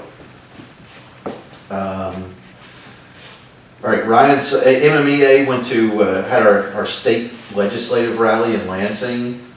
The Democrats have proposed an extremely aggressive timeline in the Senate for decarbonization goals. Let's say that they did that in a vacuum, didn't do it in conjunction with the House and didn't do it in conjunction with the governor's office. So there's some speculation as to exactly what they're trying to accomplish there.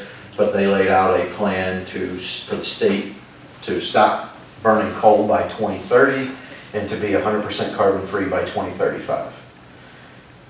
I don't know what technology can do that, but it's just not feasible.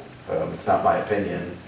It is to some extent, but something significant would have to change between now and 2035. Transmission would, thousands of miles of transmission probably need to be built, maybe not, maybe hundreds of miles at least of transmission.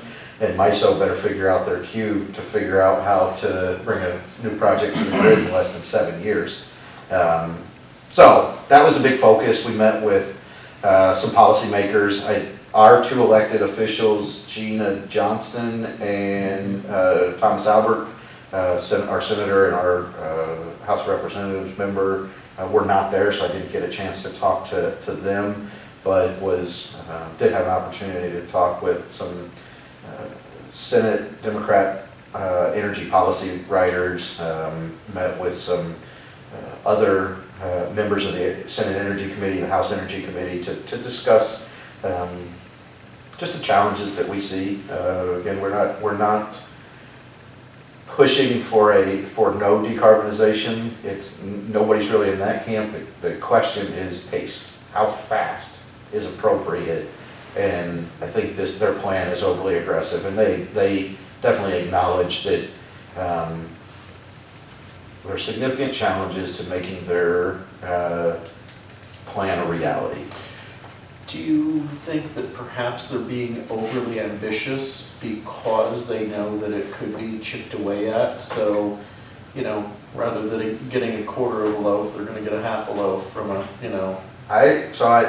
Not exactly to answer to that question, but I had one of the representatives say, we want to see how far people can go. I told her I have a problem with that. If you're going to set a wall that's not attainable, that's not good guidance for us. Situation. I mean, Yeah. Unless there's funding to subsidize, from You the better government or, It better be technology Well, development. Yeah. The technology's not there. Yeah, exactly. It's a space race kind of thing if you want to make it into that. Yeah. And, So I voiced some concerns, and they were very receptive. But yes, I think it was a statement piece personally. They wanted to make a statement. It's the first time Democrats have had control of governor's office in both houses in 30 years. It's been a long time, so it's definitely a statement, and that seemed to be something that they were okay with. But again, the fact that they did this in a vacuum and didn't do it working with the governor or working with the House. Again, it's speculation, and I wouldn't want to speculate on their motives, but I think there's an acknowledgement that the 2035 is just not attainable for decarbonizing, 100% decarbonizing power supply. It's just not. And when you talk about timing challenges, not even technology challenges, but siting issues, you can't, where solar farms typically go are not areas that are typically aligned with the environmental movement. They're more rural areas, and there's very much an urban-rural divide in this country that falls along political lines, and the energy power supply has very much become a very politicized conversation, and take it for what it is. But we're proactively working with them. The big message is we want to work with the legislatures. We're not opposed to moving in the right direction, but we do need to have attainable goals, not unreasonable expectations. So we'll see what comes about it. It's going to be a conversation for the next 2 years at least, and it's going to be ongoing while the current legislature's in place, and we've got them for 2 years at least. And who knows what the future holds with that. So as public power, we're nonpartisan. We'll work with the Democrats, we'll work with the Republicans. Ultimately, we're here for best interest of our customers, and the best interest of our customers doesn't always fall on party lines. So we will work with whoever's in power to facilitate effective change. What's that? So, unfortunately, we're nonpartisan, but you can't take politics out of what we do. Distribution report, Ryan has provided another really awesome report, tons of information in there. One thing I want to highlight, it's small work. It's not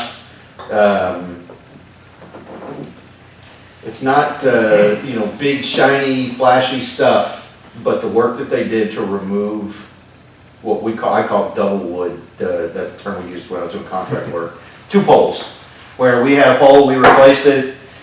Telecom never does transfer and remove the old pole like they're supposed to, so the guys went around, identified a bunch of poles, and cleaned them up.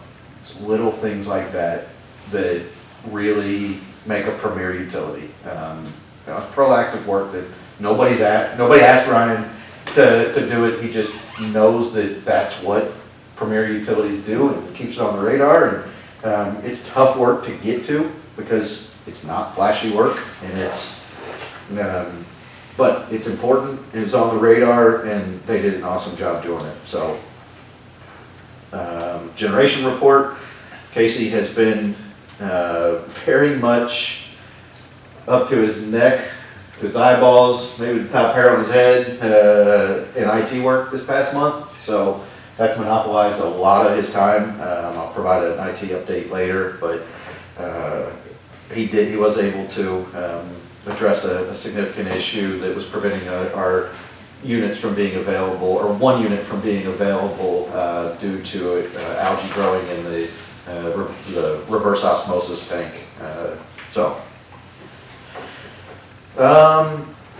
Again, I told you that the emergency generator line shack. I just spoke to Jessica, our attorney.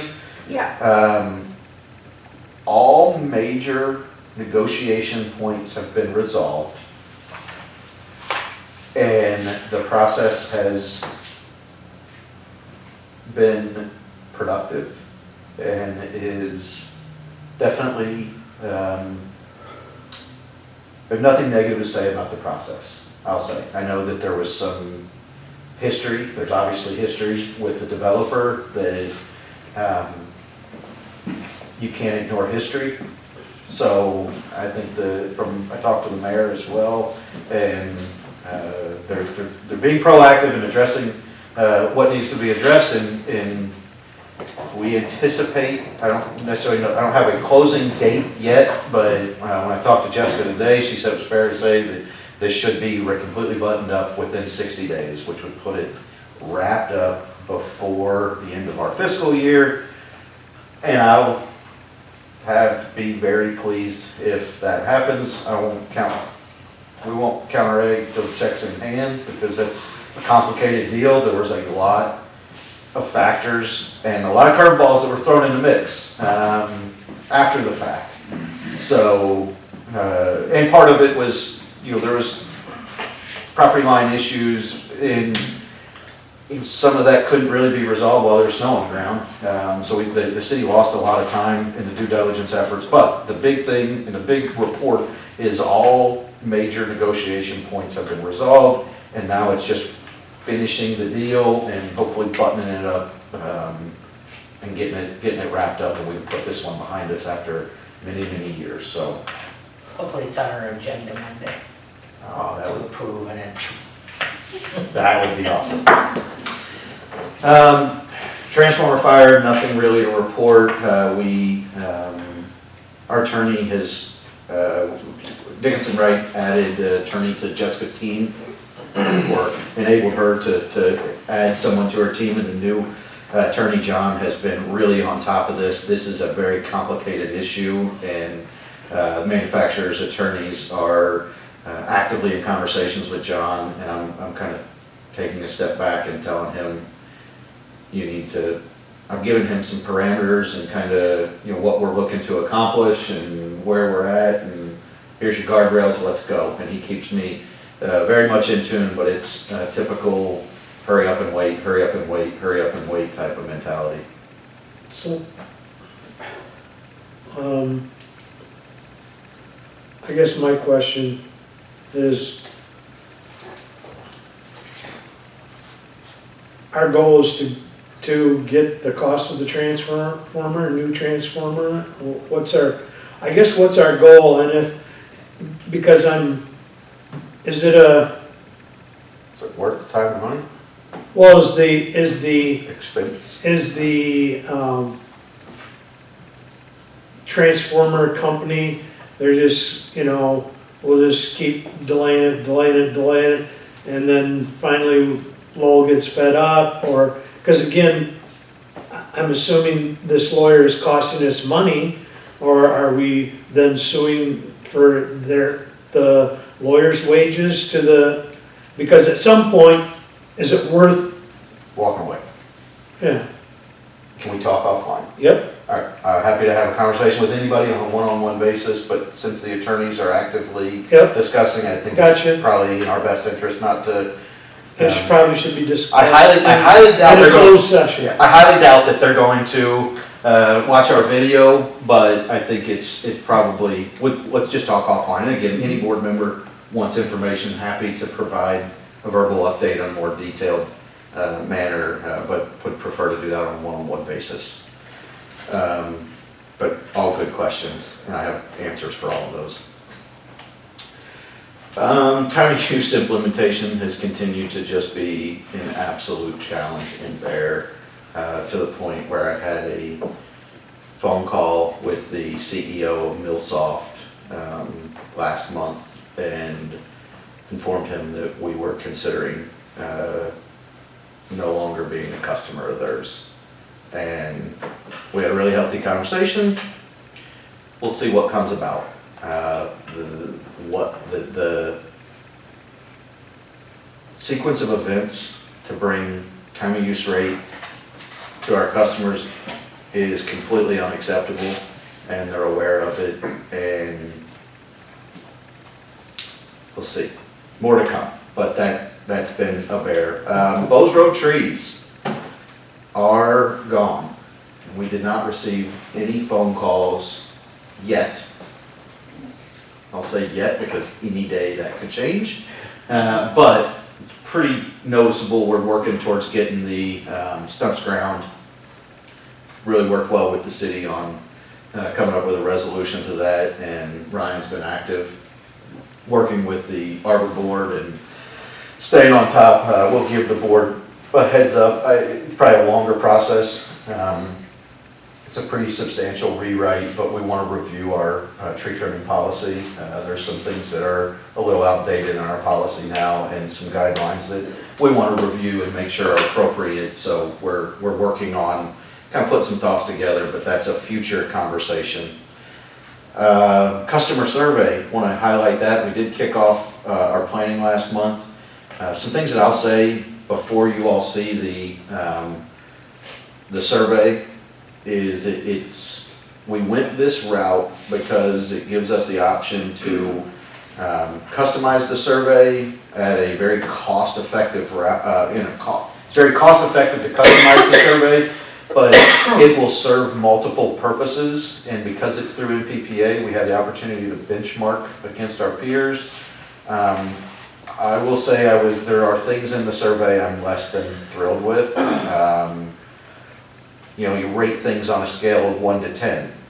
1 is the very best and 10 is the very worst. I've never participated in the survey. Yes. So there's things that I'm not a huge fan of, but I'll say this year we are just doing the basic survey. It's just their standard questions. We wanted to do this route so we could understand how the process worked. Is it worth investing more money in? Where are we at? What's the process? Let's learn. And it's extremely economical and has an opportunity to provide value in multiple areas. But again, before you see it, there are some oddities in it. The biggest being that 1 to 10, 1 being the best, 10 being the worst. Our conversations right now are surrounding on how we're going to get it into our customers' hands. The plan is to basically keep the survey open for 8 weeks, be the full month of July, full month of August. All responses are due back to APPA by September 1. It's a digital survey right now. It's a QR code, but we've also worked with them to get some paper copies, and we've set up to where we can receive paper copies in one of Faith, our summer help, or not summer help, our high school student that works part-time. One of the things that she'll probably end up doing is taking any paper responses and manually entering them into the digital form. We've worked with the company hosting the survey to talk through how we need to go about doing that, because they will scrub the data and remove any duplicate IP addresses. So we have a separate setup that we've acknowledged will do completely separate, but it's one of those things that is always a challenge trying to hit every demographic. And if you only do paper, you'll miss out on a big segment. If you only do digital, you'll miss out on a big segment. So we're taking their standard and trying to push it further and really push it to the point where we understand the process and what works and what doesn't work. And we're already in conversations about next year's survey and what it will take to customize it, so we can look to add questions about EVs, renewable, and what our general strategy will be is to do their standard survey and then take some other target areas and do 5, they charge you in groups of 5 questions. So we'll look at adding certain topics that say, let's target EVs and renewables this year, and add 5 questions for each of those to try and get at our customers' thoughts on some of that. We can rotate through those different focal points, but we're going to use the survey over time to track customer satisfaction and customer perception of us, and then we're also going to use it as on an annual basis to add custom questions to start getting at customer sentiment, like how likely are you to drive an EV, what's the value of renewables to you, are you aware of the voluntary green pricing program, things like that we'll be able to kind of tackle two target outcomes with the survey on an annual basis. So it looks like it's going to be, it's going to be productive, hopefully. How are they going to get to the customers? We're going to use a lot of different approaches. We will go, they give us a QR code, so we're gonna put the QR code everywhere we can think of, basically. On Main Street? Yeah, not on me, like, we'll do social media, Lowell Ledger, website, bills, what? So, yeah, you just said it. Bill, yeah, so anywhere we think is a touch point for the customer, we're gonna try. We even talked about, renting the marquee for a week, on Main Street. People drive by. I know some guy went to Vietnam 4 days after he got married and just celebrated his 60th anniversary this year or something. Don't remember the details, but I remember reading it. So, it's one of those things that we're gonna try and hit as many places we can, and we're gonna have paper copies at the office, because typically the customers that come in, we do get a lot of elderly customers that physically walk into the office. They're also less likely to want to to use a QR code to go to a digital survey. So we physically can hand surveys to those customers. But we're gonna hit a bill insert in the June bill. So the next bill, the bill that goes out at the end of June, we'll do a bill insert there, so it'll basically be open July 1, and they'll see the bill insert, and then we'll start a marketing campaign with the Ledger, Lowell's First Look, emails, social, whatever avenue we can at that point. So pretty much everywhere we can think we're gonna put it. So you're not gonna have time to be able to have like a welcome booth down at the Sizzling concerts or anything like that for the survey? What we found Is is, that window, or? what we found at community events is about 20% of the people that come by are actually our customers.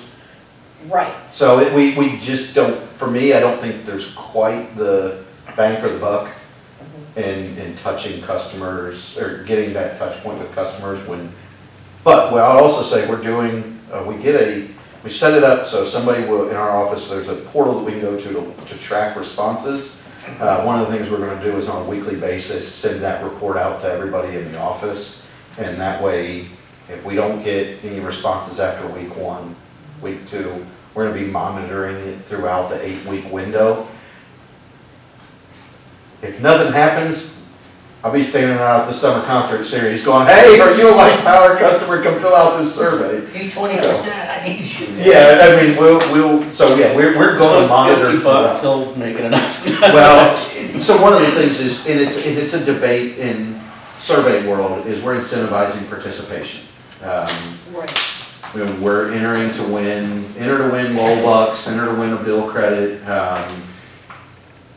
A lot of people say don't do that because you're skewing the responses. People are going to think more favorably of you. So we kind of took the middle route and didn't guarantee things. A lot of times people will say we'll give everybody that completes it a $5 credit. So it's really just a chance to win. We're going to take everybody that completes it, and there's information on all the flyers on how to prove that you did it, because you have to prove that you did it.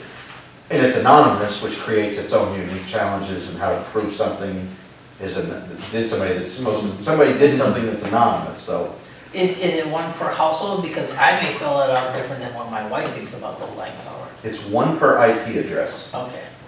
So basically 1 per house. It depends. Depends. One person does their, Oh. somebody, if you're, Device IP address, Yeah. not Yes. router, modem. yeah, even if it's that, you do one on cellular, because it's gonna be a QR code, so we think that a lot of people are gonna do it via cell phone. Okay. Okay. So we'll see. This is a new venture for all of us. So that's why we're kind of wading into it and really trying to explore what works, what doesn't work before we invest more money into a more custom survey. We want to make sure it's going to be effective and understand how are the best ways to get to our customers. What are the effective methods for people that actually, what are the touch points that actually work? So. Engine room update. I want to thank Perry. He took the charge and the wall is built for the robotics team. Yay. We were planning on doing it on Saturday. I was going to text you, hey, we're getting ready to do this if you want to see. And I came back and part of the wall was up, and Perry texted me the next day and said it'll be done by 7 tomorrow. All right. So I've sent I've sent Brian, the coach, a picture, and he's going to come check it out here in the next week or so. But we now have a waiver from our attorney and there's minor button-up work that needs to happen, but there's no urgency. Talking with the coach, they're kind of in their down period right now and through the summer, but we wanted to get the space ready because there's probably a decent chance that any day the school says, hey, if you want to keep this stuff, you gotta move it. When all their stuff is in a major construction zone, and they said a lot of it's stuffed in like a shed or something, that, we just wanted to have the space ready so they can use it when it is needed. So let me just say that I had some time in my schedule to do that. It was all, and I do want to point out, it was all volunteer. And Ryan and I kind of merged our thoughts, and Ryan had a great idea of how to build it, and we just merged it together. So we had it, basically I had it, all the pieces and parts were ready to go up, and there was the pickup on Showboat Highway, and went out there. I went out there and met them, but they had gotten the light and power employees had gotten a big head start, and so I really didn't help, but I did con some employees to show up at 6 o'clock the next morning and help me put the boards up while I screwed them in. And so they were, it took like a half hour, and they were a huge help. So it was a joint effort. But it's a great space. Not sure if we'd have built a wall before robotics asked for it. We wouldn't want to keep it for ourselves, but I'm thrilled to be working with them. It's fun, something I enjoy doing, and the coach, and met quite a few of the coaches and mentors, and it's just a great program, and it aligns with a lot of our mission. So I already provided a MERS update. Nothing good's going to come out of that valuation that we get in June, but that's to be expected. One thing I do want to highlight, story time at the library, June 8th, 10:30. We're going to have some people at the library reading If I Were a Line Worker. And if any board member doesn't have a copy of that book, please let me know. I think I already handed them out to everybody. If not, Yeah. all right, I will There's bring. one down in Chicago, I gave it to my grandkids That's awesome. to read. I have 5 on my desk that were supposed to come here. I'll be here tomorrow. I'll be in the office tomorrow. They're in my office. I'll bring them next. Say I bring them next month. I will do everything I can to remember to bring them next month. I intended to bring them this month. So, but if they are a great book. It's something that WPPI put out, which is the Wisconsin. I don't know exactly what it stands for, but it's the MPPA of Wisconsin.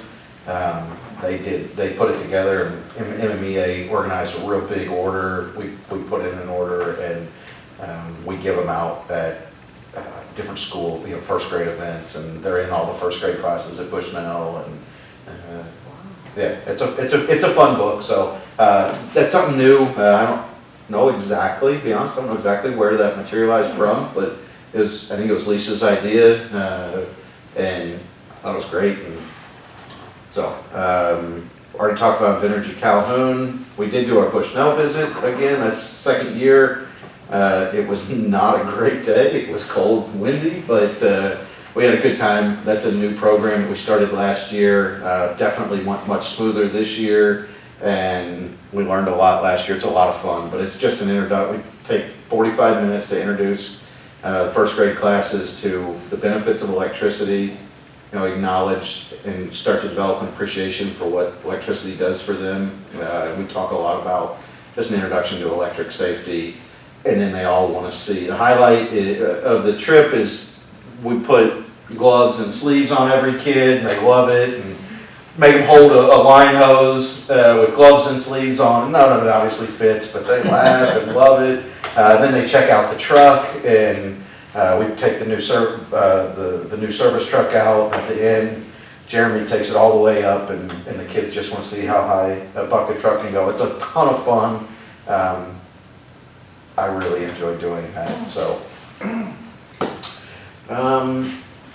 IT update.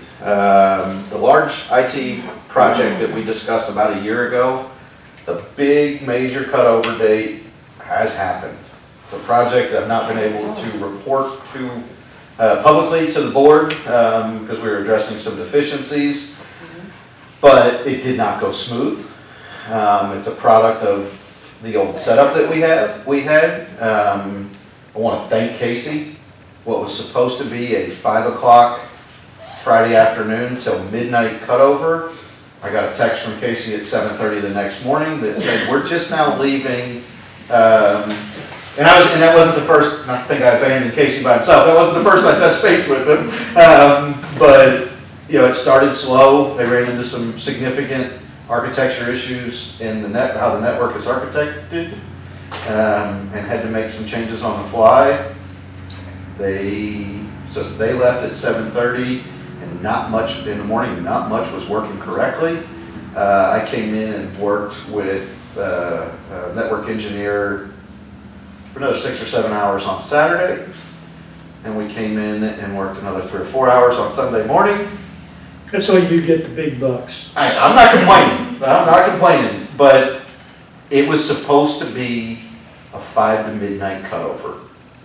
And it went 5 to midnight, then continued to 7:30 a.m., and then picked up another 6 hours, then picked up another time, and we're still not done addressing some of the things that we're fully up and operational. Most equipment is in place, but there are still things that we have to do. So I did want to report on that because it has been a significant focus for a year now, to the point where Casey, Megan, and I have participated in a standing Monday afternoon meeting every week for about a year. Maybe not quite that long, but pretty close. At least the last 6 months, 7 months, 8 months. Those switches were on order for Took about 9 months. Yeah, things were on order for a long time, but that, again, I bring it up to provide an update to the board because that was a significant investment from the board. It was something that the board spent a lot of time, special meetings, joint meetings with city council, and because we were addressing some deficiencies, we couldn't necessarily broadcast all the progress that we've been making, but I will say we are I feel very comfortable with the progress that was made, and I'm very thankful for Casey's involvement, very thankful for Megan's involvement, and very thankful that the contractor we have, the partner we very much have a high level of confidence in their ability to meet our needs. And while it didn't go great, it tested their abilities, and I feel feel very, very positive about the relationship that we've established with our vendor. So, Was the backlog due to being 10 gig switches? No, No? no. I'll give you the major issue as soon as the camera gets turned on. Okay, I gotcha. don't want That's yeah, fine. Yeah. nobody's gonna watch our video to see, how to exploit us, but, Yeah,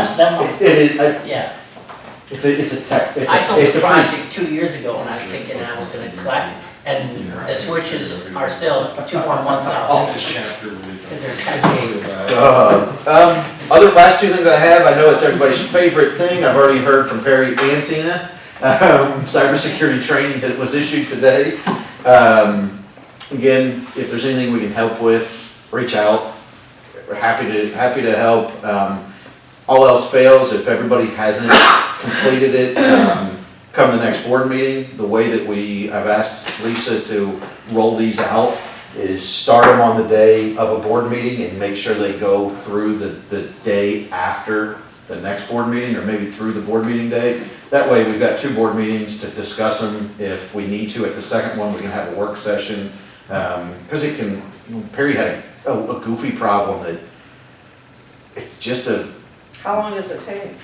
I've not done these, so we designed them to be 20 to 30 minutes total. There's 3, right? 2, I believe. 2? I've not looked. They got rolled out to us at the same day. I thought there was 2. There's one that was becoming a there's human 2. firewall, and I thought there was one more when I saw yours. So. And of course, if there's gonna be an anomaly, it'll happen to Perry, right? And I was trying he clicked on the link and it just spun. It just spun. I will say, in your email, don't click on the link. I don't know if it's everybody's, but don't click on the link in the individual training. Click on the last link at the bottom that says to see your assigned trainings, but they're all hyperlinks and look like they should work, but his only worked if you clicked on the I don't remember what it says. The last thing. Yeah, the last link that says, click here to see your assigned trainings or whatever. But if you click directly on the training, it may or may not work. It didn't work for Barry. And then the last thing, two last things, I guess, transformer move that we talked about last month is scheduled for Monday. Not necessarily all that relevant, but should be neat to see. Yeah. How many, Oh, that big one. how many Yeah, lines do you have massive. to move or hold up or? Just a couple, not too bad. The biggest thing I'm interested in What's is the railroad crossing. What's the route that they're taking? We'll pull out of the railroad tracks there on Hudson, north to Main Street, just a few hundred feet, and then west on Main Street, outside of town, and then head north on, I don't remember. Settlewood, isn't it? Settlewood up to Settlewood to Parnell? Parnell. Yeah, something like that. Yeah, Settlewood to Parnell to 2 Mile, I believe. Yeah. Wow. It's gonna be interesting. The biggest thing I'm interested in, I don't know what you told me, the railroad crossing is like 2 feet too short. It's not like, and that's a rigid structure. So, Yeah, the load's 19.9, loaded height is 19.9, so everything got, whether they just serpentine around the railroad arms or what, but those things are only at 17.4. there's no just lifting those up. So, we'll see. And then anniversaries, do want to celebrate, acknowledge Ryan's 7th anniversary, and Emily's 2nd anniversary. And I always get a kick out of this one. I love the spreadsheet. Yeah. This, we also, don't really like to acknowledge it, but we kind of re-celebrate Tom's rehire anniversary. But I do think it's cool that his original hire date was April 10th in 1989. So, pretty cool. Yeah. I was a wee little one when he started here, so. And that's all I have for the manager's report, outside a couple pictures. First picture was just Jeremy. You can see, first couple were all of us at Bushnell. I will say that the next day, it was 65 and sunny. And then there's a picture of the engine room wall. Very good. Missing one What's small that piece. little window there? It's not there anymore. It's not, so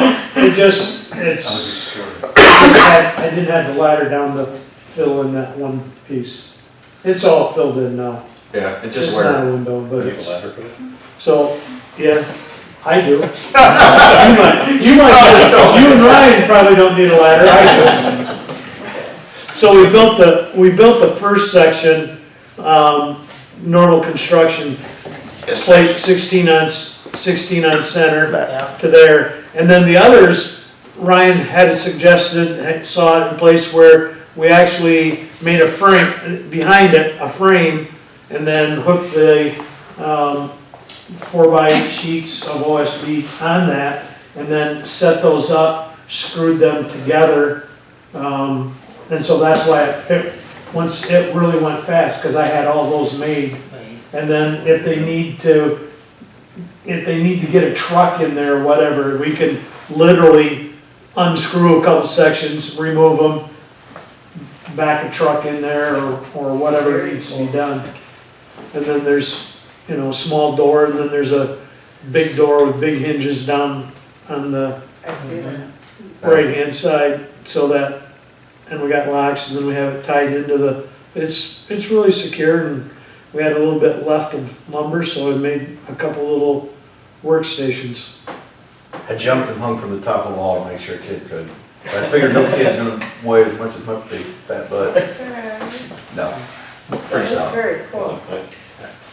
I'm excited to have the robotics team in there. But that's all I have for manager's report. Okay?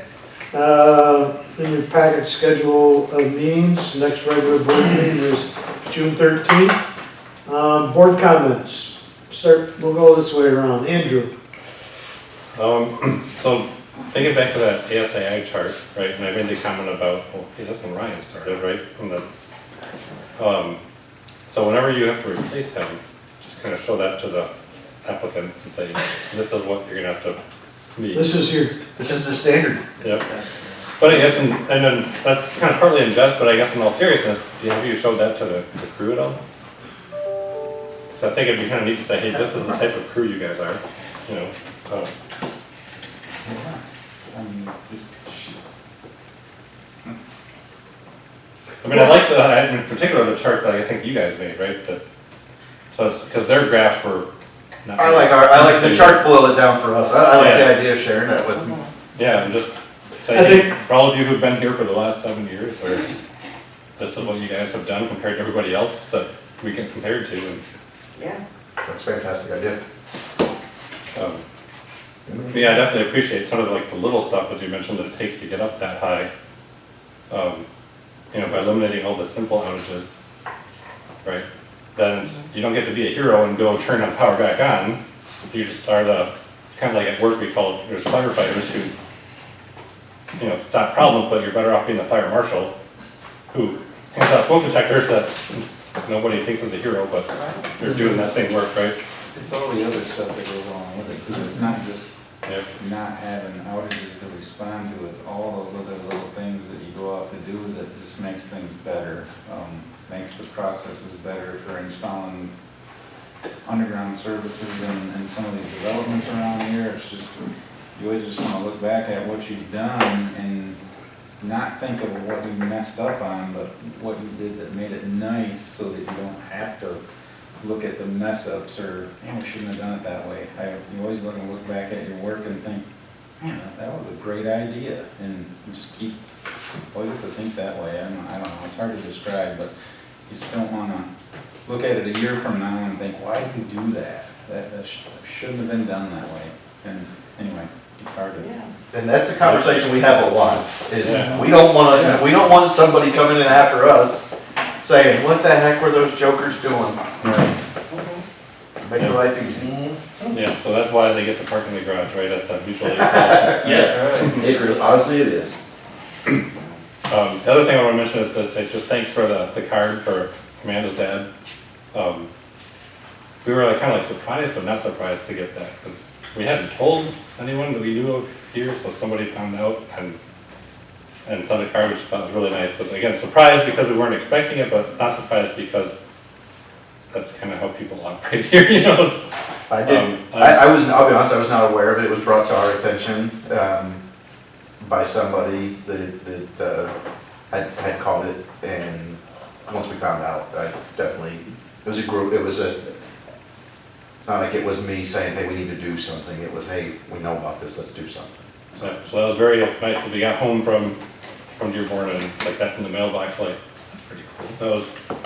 Thank you. So, you know, whoever was involved with that, you know, thanks for doing that. That was very nice. Tina, I think you should bring that chart with you to the meeting for your, what is it, your budget meeting.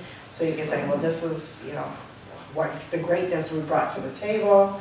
So I think you guys should just approve that budget right now. Just sign off on that, Mr. City people, so. I'm only one of 4, five. Good news is they can't reject just all of it. That's That's true, but, No, I like that. yeah, definitely, you guys are a great team, and definitely, we do look out for each other, and I just love how everybody keeps track of everybody that works here and that has worked here. Tom Russo, some people are going, well, who's Tom Russo? Well, where have you been? That's, he was a mover and shaker, and he brought a lot of light to, us, so to say. But I just appreciate you guys for coming to the table and the professional people that you do have. So we do have the dream team here. That's it. Daniel, Congrats to Ryan and Emily for years of work. Yeah, I just want to say thanks to Casey Megan for the IT help on intro. They discussed plenty of it offline.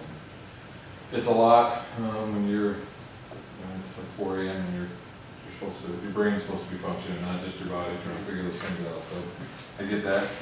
I wanted to say, thanks for all that budget work, including like the UFS comparison to see where we meet with that and kind of detailing the changes in numbers. It's nice to see our budget like matching closely to what we are also making future decisions on. So that's always good to see, and it's nice to see that comparison from an accountant, I guess, or a former accountant. And then if you guys need a website refresh and you want to see my website, Chuck, It is fantastic. it's prime, it's really good. I don't remember what, I looked at it and laughed, because there's something about, hey, if you mention this, we won't give you a discount. Or something. I don't know what it says. Yeah, mention how sweet our website is, you get 0% off your next order. Yeah, that's right. It's a really good website, I'm proud of it. So, if you need help, or you just run out of budget, let me know. I know a guy. We looking for cuts we don't get? Yeah. Jim, The May 18th, I'm going to attend that, Charlie. I just wondered if anybody else was going to also attend that, and if we want to ride together versus taking 3 cars there. I mean, I'll be more than happy to drive, because I can stay the whole day. I thought that was a Wednesday and I golf, but it's a Thursday, so I can attend all day. So if you guys want to ride, hook up, we can we'll hook up figure it together. out. So I know. Or Barry, you can drive and I'll ride with you. Yeah, you're able to go, Mike DeVore is coming as well, the Yeah. mayor's coming, so, and then a stack of staff, So, yeah, a stack of staff. We're gonna have a good contingency there. that's it. Okay. Craig, Congrats to Emily and Ryan for your years of service. You make us great every day, so thank you. Yeah, I'm drawing blank right now. So much good stuff is going on. I'm happy to see the the budget coming around, our revenue coming around. So just, while there are challenges in some areas, overall this thing's churning right along. okay. I don't have a lot, really. I do, Daniel, I'm sitting here and I'm sorry that I didn't do it, but I like your Team James shirt on. Yeah, thank you.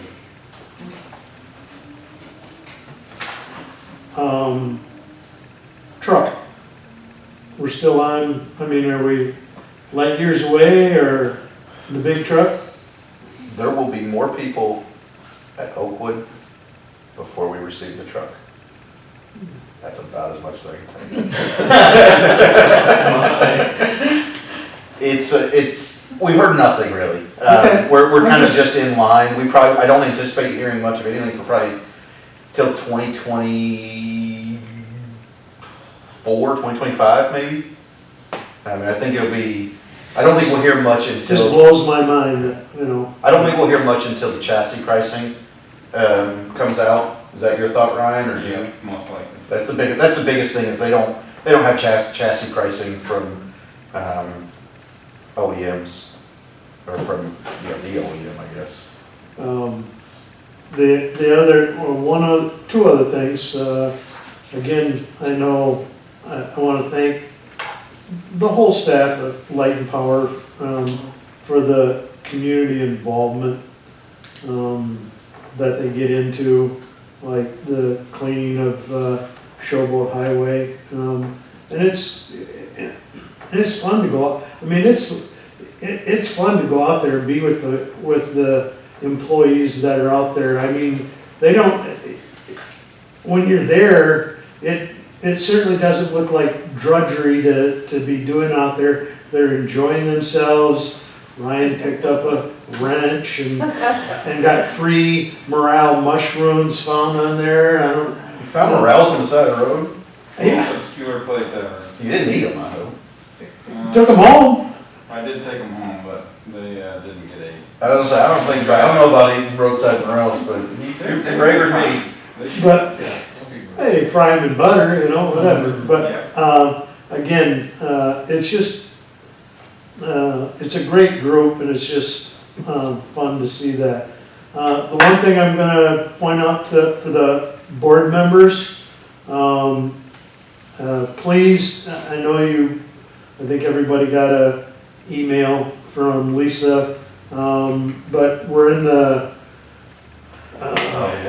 the time frame of applying for our RP3, and I certainly don't want it to be, I'm gonna get back with her and ask her if there's anything more that she needs. I did turn in a couple months ago. I procrastinated for quite a while, but I did get into the other organizations, because they want to know what other organizations, what other things that you're involved in. So, for instance, like Tina, you're on, Fallsburg Historical, and Craig. Those all receive points in the RP3 and any classes and different things. So it's not just that you sit on this board, it's other boards, other things that you do in the community that's important for the RP3. And so just don't have it be one of us that screws it up. And but if you haven't, get with Lisa. She'll help you out with specifics, different things that you can, that you can report on. And it's not a big deal. It's just, an approximate, what board you're on, approximately how many years have you been on that board. Oh, I didn't know that. Yep, and those all get reported in.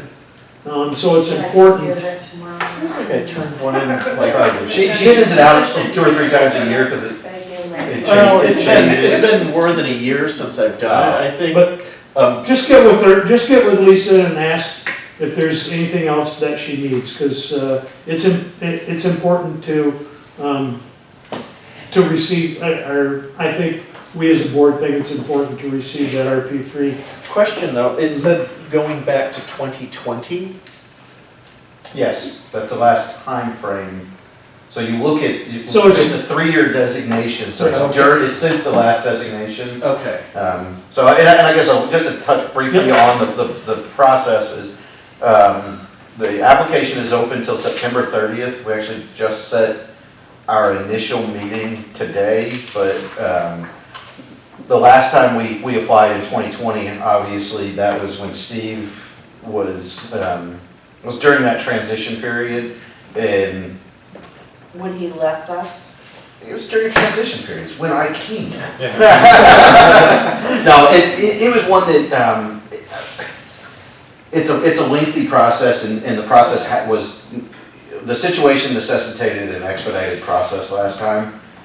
We're going to spend quite a bit of time working on it, so I suspect, obviously, getting information you can in as soon as possible. But as needs come up, I will bring reminders to the board meetings as different things come up. But the big thing is the community involvement, and I think she's got everything detailed in that email. I can't remember the details of the email, but check your email and you should see something from Lisa. I'll take care of mine tomorrow. Sounds good. Megan. She's making sure. So anyway, I think that's it. I would entertain a motion to adjourn. It's been moved and supported. Any further discussion? Hearing none, all those in favor signify by saying aye. Aye. Opposed? Motion carried. Wow, 9 PM. Yeah. Well,